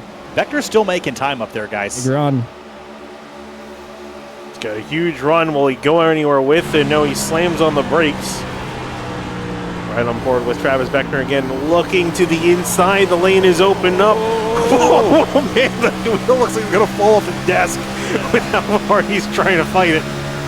Once you do that little shimmy, you know you're getting serious because that is the old sim racing shakedown when He's you're in losing dirty grip. air. He's in dirty air here. This is going to be bad. He's getting real tight across the wake of the diffuser, the 20 or the 73. Still somehow manages to find a run. Checking the mirror there, seeing Okresic closing. That's going to light the fire under the rear end there of the 28 down to the bottom in 3 and 4. He's going to throw it in there. Can he seal the deal? Look at him hanging on to this thing. You can see sideways out the front, him hacking at the wheel, trying to hold on to this thing. Oh, trouble! Blaze McKinney has gotten turned into the wall by the 17. We're still green. We're still green, but he's going to get hit just upside down. No. Tumbling And now the caution flies. up and over on his lid. Oh, Blaze man. McKinney just got sent to concussion protocol with that hit. I think Jeremy Miller here needs to be in the concussion protocol. He had And it. then the seam bolt fine here, and then Man, he hit that car a ton. I've never seen anything like that in my life. This is how I started here. The 17, I think, is Sherry Jr. We saw him loose earlier on. He's going to slide, collects the 87, around he goes, and then you didn't see the first time here from the background. Jeremy Miller trying to figure out where the 17 is going to go and pick wrong. If you watch that onboard, it's going to hurt, but at the moment of contact, Jeremy Miller was doing 154. Holy cow. Blaze McKinney was doing 70. Right on So board nearly with 100 mile an hour difference, 80 mile an hour Jeremy difference Miller between first. those two. It's like tying a freight train at a railroad crossing. Oh, that's a violent, violent hit. All right. I and then- really hope, if he has a direct drive, I really hope he took both of them, took their hands off the wheel. All right, there's the Jesus turn to there the for a wall. second. And then everything seemed to be fine and held under your hats. Oh, gosh. Oh, the scraping noises. Oh, cars, guys, pit lane. Wow, that was wild. Split decisions on pit lane. The 73 has come down, and he's brought some friends with him. He has brought some friends with him, and that's always interesting Trying when you most see of the top a 20. split strategy. 7 cars staying out, the rest of the 9. field coming into pit. Sorry, 9 staying out now as the rest of them pass on through. That's going to make things interesting. Drivers who stayed out, Jake Matheson, Connor Okresic, Travis Beckner, Ryan Hartz, Ricky Springer, Matthew Bell, Casey Lakatos, Justin Sogak, and Garrett Grant. And coming off of pit lane, Cameron Hearn coming down. He just got gas. He got 3.8 seconds in the box. I think He did. so. No, Which I tires, just gas. I don't know. You need tires, you idiot. The only thing I can think of is that if you get more fuel, it puts the rear of the car down. The diffuser closer to the ground generates more downforce. That's the only reason I could see him making that call. Also of note, Sogak and Grant were on pit lane under the last caution, so their tires are about 5-7 laps fresher than the top 7 that did stay out. And the So- Solar Flare boys are the first ones Yeah, on and fresh Goodyear tires. Douglas Newbegin there in the background for Lucky Duck. So Nichols, Knoll, Newbegin, 2 tires for them. Curran and everyone else. Back down pit road. Ah. So I guess he does need tires. I bet you one of the options was not checked. Left. He may have unchecked the I mean, I wouldn't have bothered at this point, to be honest. Yeah, he's just giving. I mean, he's giving it all up. He's going to be back to 23rd. How it cycles out, unless Blaze McKinney needs to come down and get more damage repaired. Well, this just got interesting. If it wasn't already. Yeah, I think we had. Lord Sherher Jr. has just picked up cause of incident EOL as well. So the 17's got to restart at the back for this potential final restart. We'll see what these guys can do. Oh, I don't think it's the last restart. You don't? Oh, no. We're following the trend for an overtime finish like we did in season 2. Yes. Oh, yeah. We've had more interest in the last 50 laps than a cow in a pen full of bulls. So Cow in a pen full of bulls. It's a new one. That one's out of left. That one's out of left field too. So. We are unhinged tonight. Slicker than a pocket full of pudding. See what happens when you guys put me in the booth instead of on pit road. See what happens when you take me out of a responsibility where I actually have to pay attention and I can just think about dumb stuff. All right, Finian, you're producing the rest of the SimTV broadcast this season. Boy. I just get to sit here and plot all the dumb things I'm going to say. Because Finian can attest, when you're producing and commentating, you are maxed out 12 out of 10, can't think about anything else. Oh, yeah, no. Listen, when I watch tomorrow's broadcast of the Truck Series race back and I don't hear a beautiful segue to one of our ad reads, I'm going to be very upset. It's actually funny because actually every single time we've done an ad read, I've been ready to cue it up, and then you guys have been rolling into it. So I'm like, all right, well, it was at least someone else is thinking about it too. See, what makes it good is you got to come up with a good segue, so that everyone remembers it. You gotta wrap it up and get ready for this restart, just like you gotta wrap up your simulated race car with SimWrap Market. All right, we already did that one, but beautiful. See.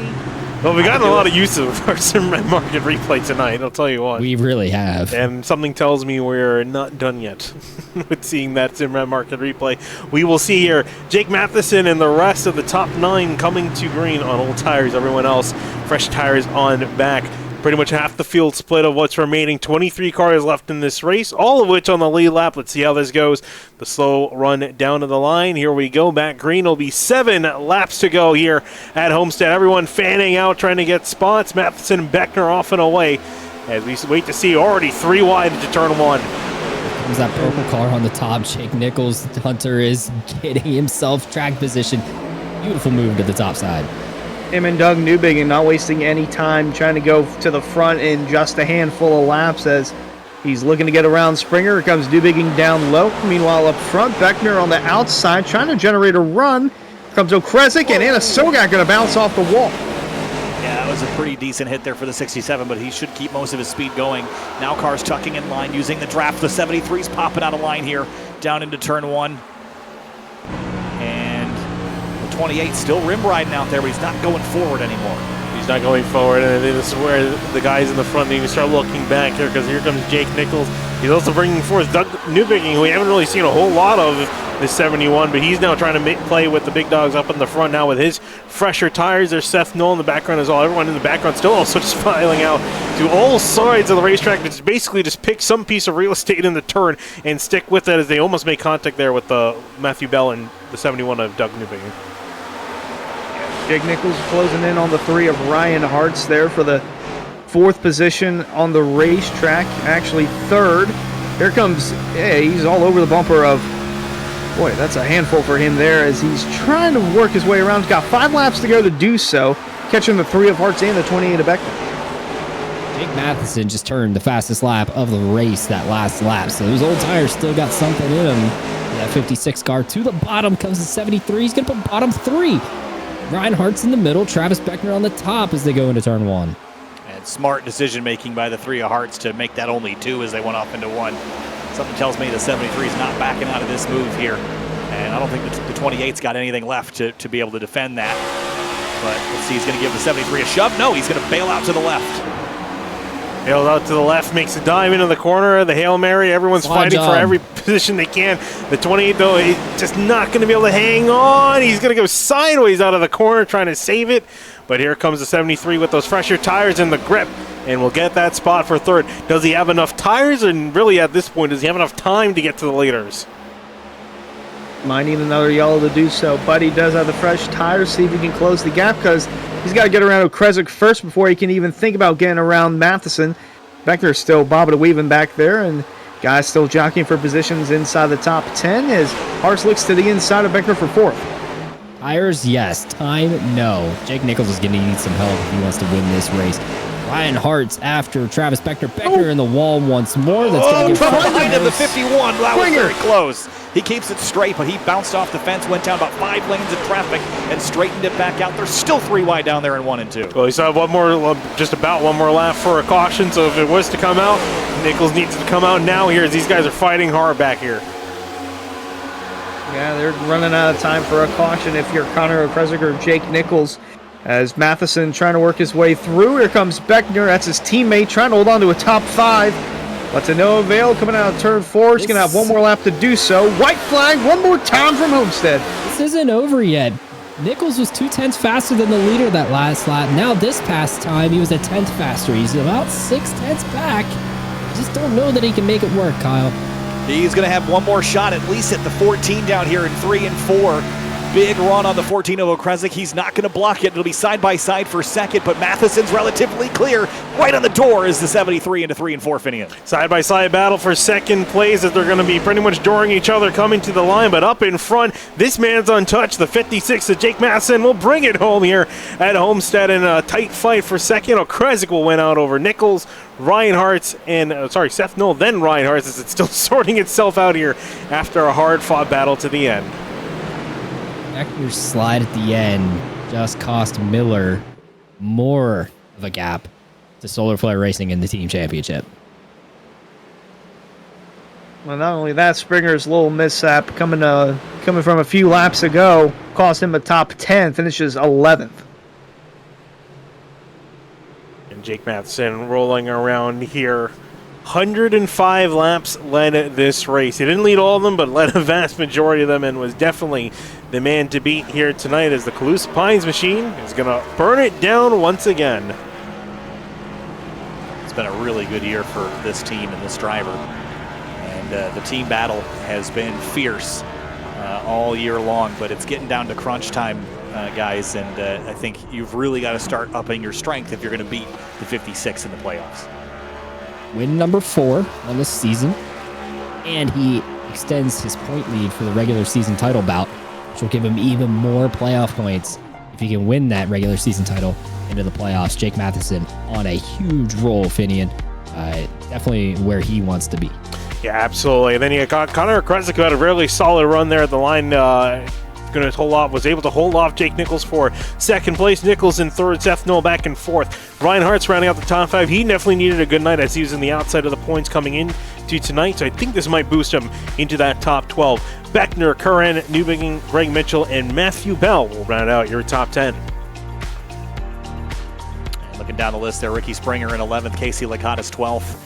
Tyler Nichols grabs the 13th place result there. Cedric Hunter showed speed, I think, better than 14th, but he'll take it. Top 15 there for the 23. Justin Anisogak, he bounced off the wall a couple times there late, so to finish 16th, I'd consider that all right.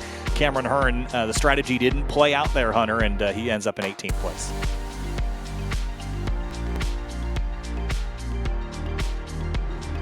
Moving on back to 21st, Dom DeLeo finishes there, one of the higher running Fords. And you got Blaze McKinney, who had a really good run earlier on in this race. Unfortunately, couldn't quite finish the deal. Couldn't finish back in 22nd. Sheridan Jr. Jeremy Miller, who had a very disappointing race back in 24th.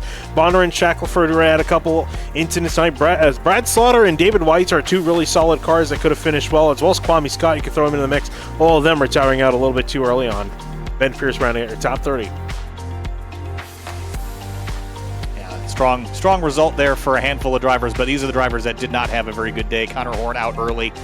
Rafe Slate, of course, with his issues early on, about 20 laps into the race. Mason Kane never got a green, and then Shane Wolf and Jacob Bell also with some problems there early in the going. So they will have some work to do, but A couple of these drivers are in better shape in the points than these results would dictate, Finian. But again, it's getting down to crunch time. You're running out of mulligans, especially if you're not locked in with a win. Oh, absolutely. And we'll take this time now to talk to our third place finisher, Jake Nichols, waiting on by. Jake, SimTV Youth, you got a copy? Yes, I do. All right, Jake. Well, we saw you were in a hard-fought battle all race long. You were fighting up there with Jake Matheson, with Travis Backner, with Connor Kresik. Unfortunately, wasn't enough to get the win, especially with those fresh tires.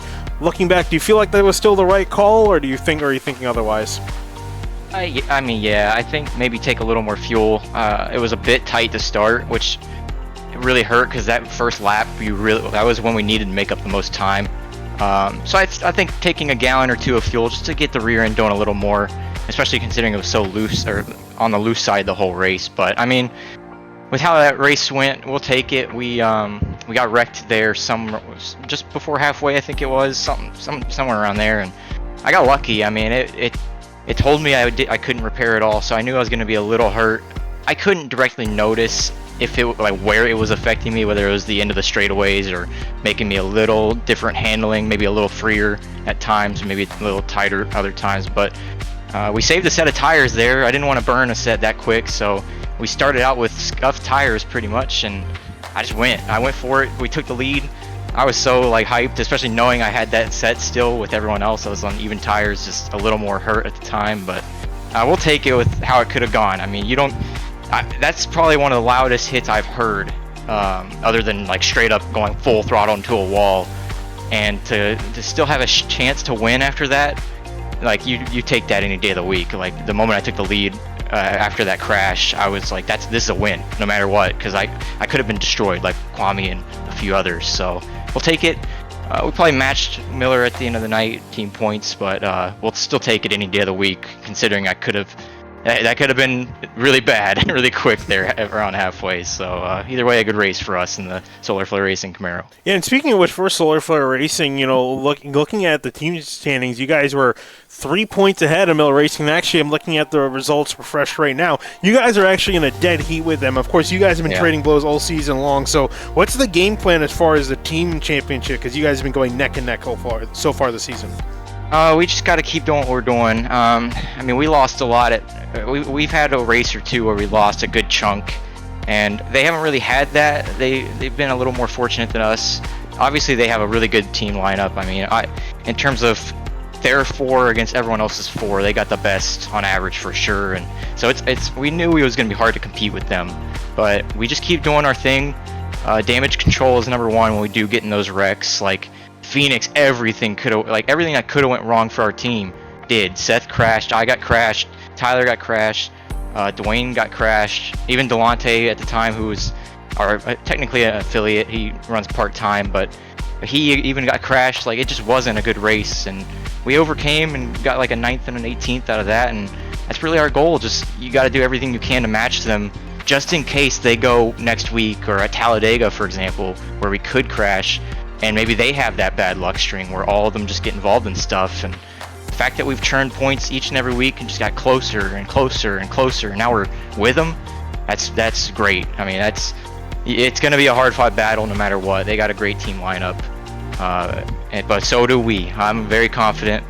I think we're going to keep digging. Seth and I have been working really good together in these races, and I'm hoping that we can escape Talladega coming up and try to leave there with the point lead, and then it's just set sail in the playoffs and hope that we can come out with a dub. All right, Jake. Well, congrats on your third place finish. Solid job. Best of luck going into next week.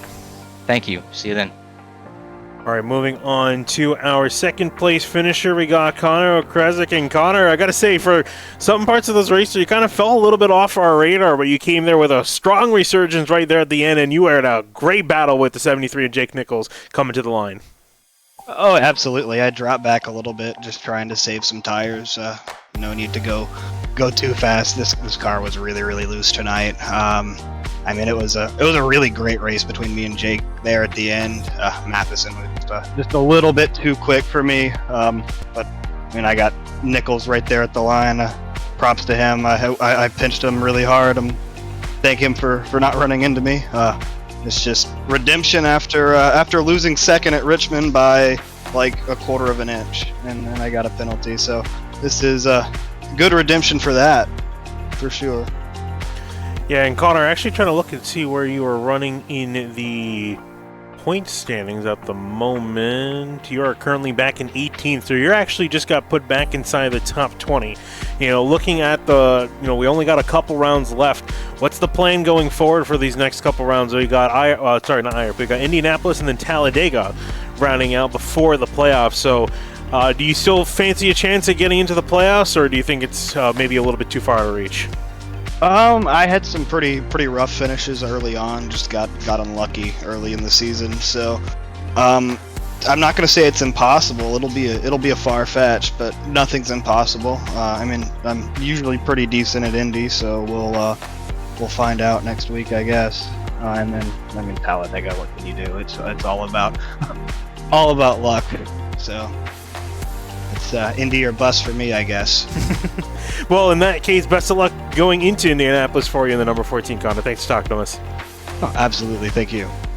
All right, moving on to last, but certainly not least for this season, we're going to be talking to Jake Matheson. Jake, at this point, it seems like you're just kind of collecting wins. Win number 4 for you this season. In your rookie season, we were actually joking. We were talking about the Rookie of the Year standings with the Rick's Hot Sauce, $100 to the winner.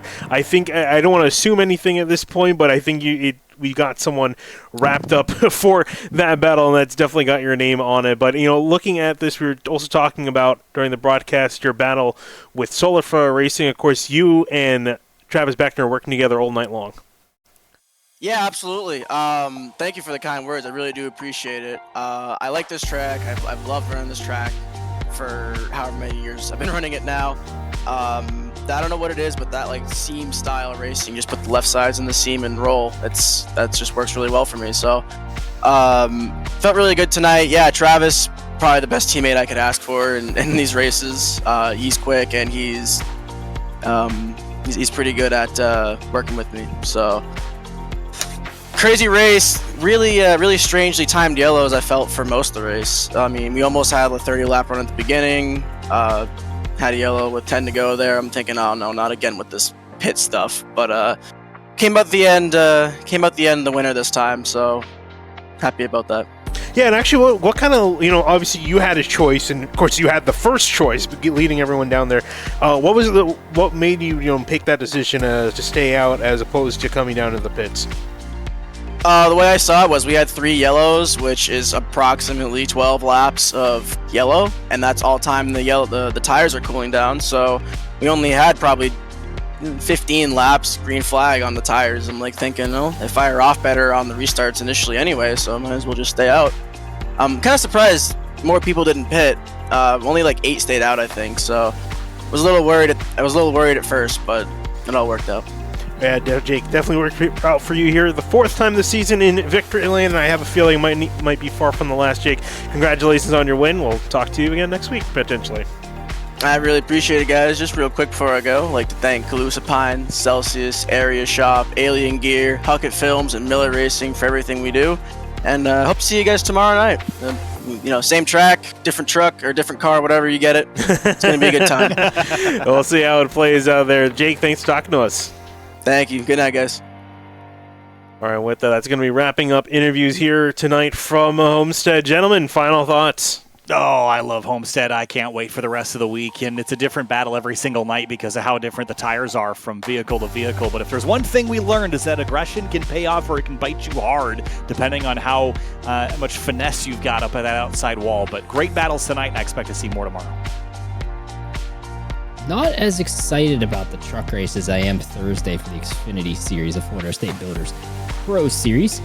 I think those cars having more power and a little less aero is going to help them really spread out like the Cup cars did tonight. But the trucks, a little less power, a lot more downforce. I'm not as optimistic about the dynamic track. Nonetheless, it was a great show put on tonight. I wanted to clear up. I did say Beckner sliding there at the end. I thought that cost him even more points in the team championship. But with Jake Matheson's win, that helps make up that gap to actually bring him up 3 points to a dead heat, as you said, Finian, with Solar Flare Racing with, 5 races to go in the season period. It's going to be exciting to see what these two teams can do down the stretch, see who can take home that prize money. In addition to the fact that Jake Matheson is putting together a monster of a Cup Series season, Hunter. He is the one to beat right now. I don't know if there's anyone out there that could do so right now. Don't know if Hunter is back. I think he's attending to something in the moment. Oh, But that's another thing to Stepped worry about, though, away. guys. As you mentioned, just only a handful of races left in the season. We've got, of course, Indianapolis next week for the Cup Series, and then Talladega. Oh, yeah. So don't count your chickens before they hatch. It's not over yet. It's always an interesting cutoff race right before the playoffs at Talladega, but that's going to wrap up here Cup Series coverage from the Homestead Miami Speedway. We still got Homestead Miami for the rest of the series tomorrow night with the Truck Series and Thursday night with the Pro Series. But that'll be all for tonight. My name is Trinity Kuna here with Hunter Sleppy, Eric Wineland, and Kyle Hire. We'll be calling it a night. Thank you for watching.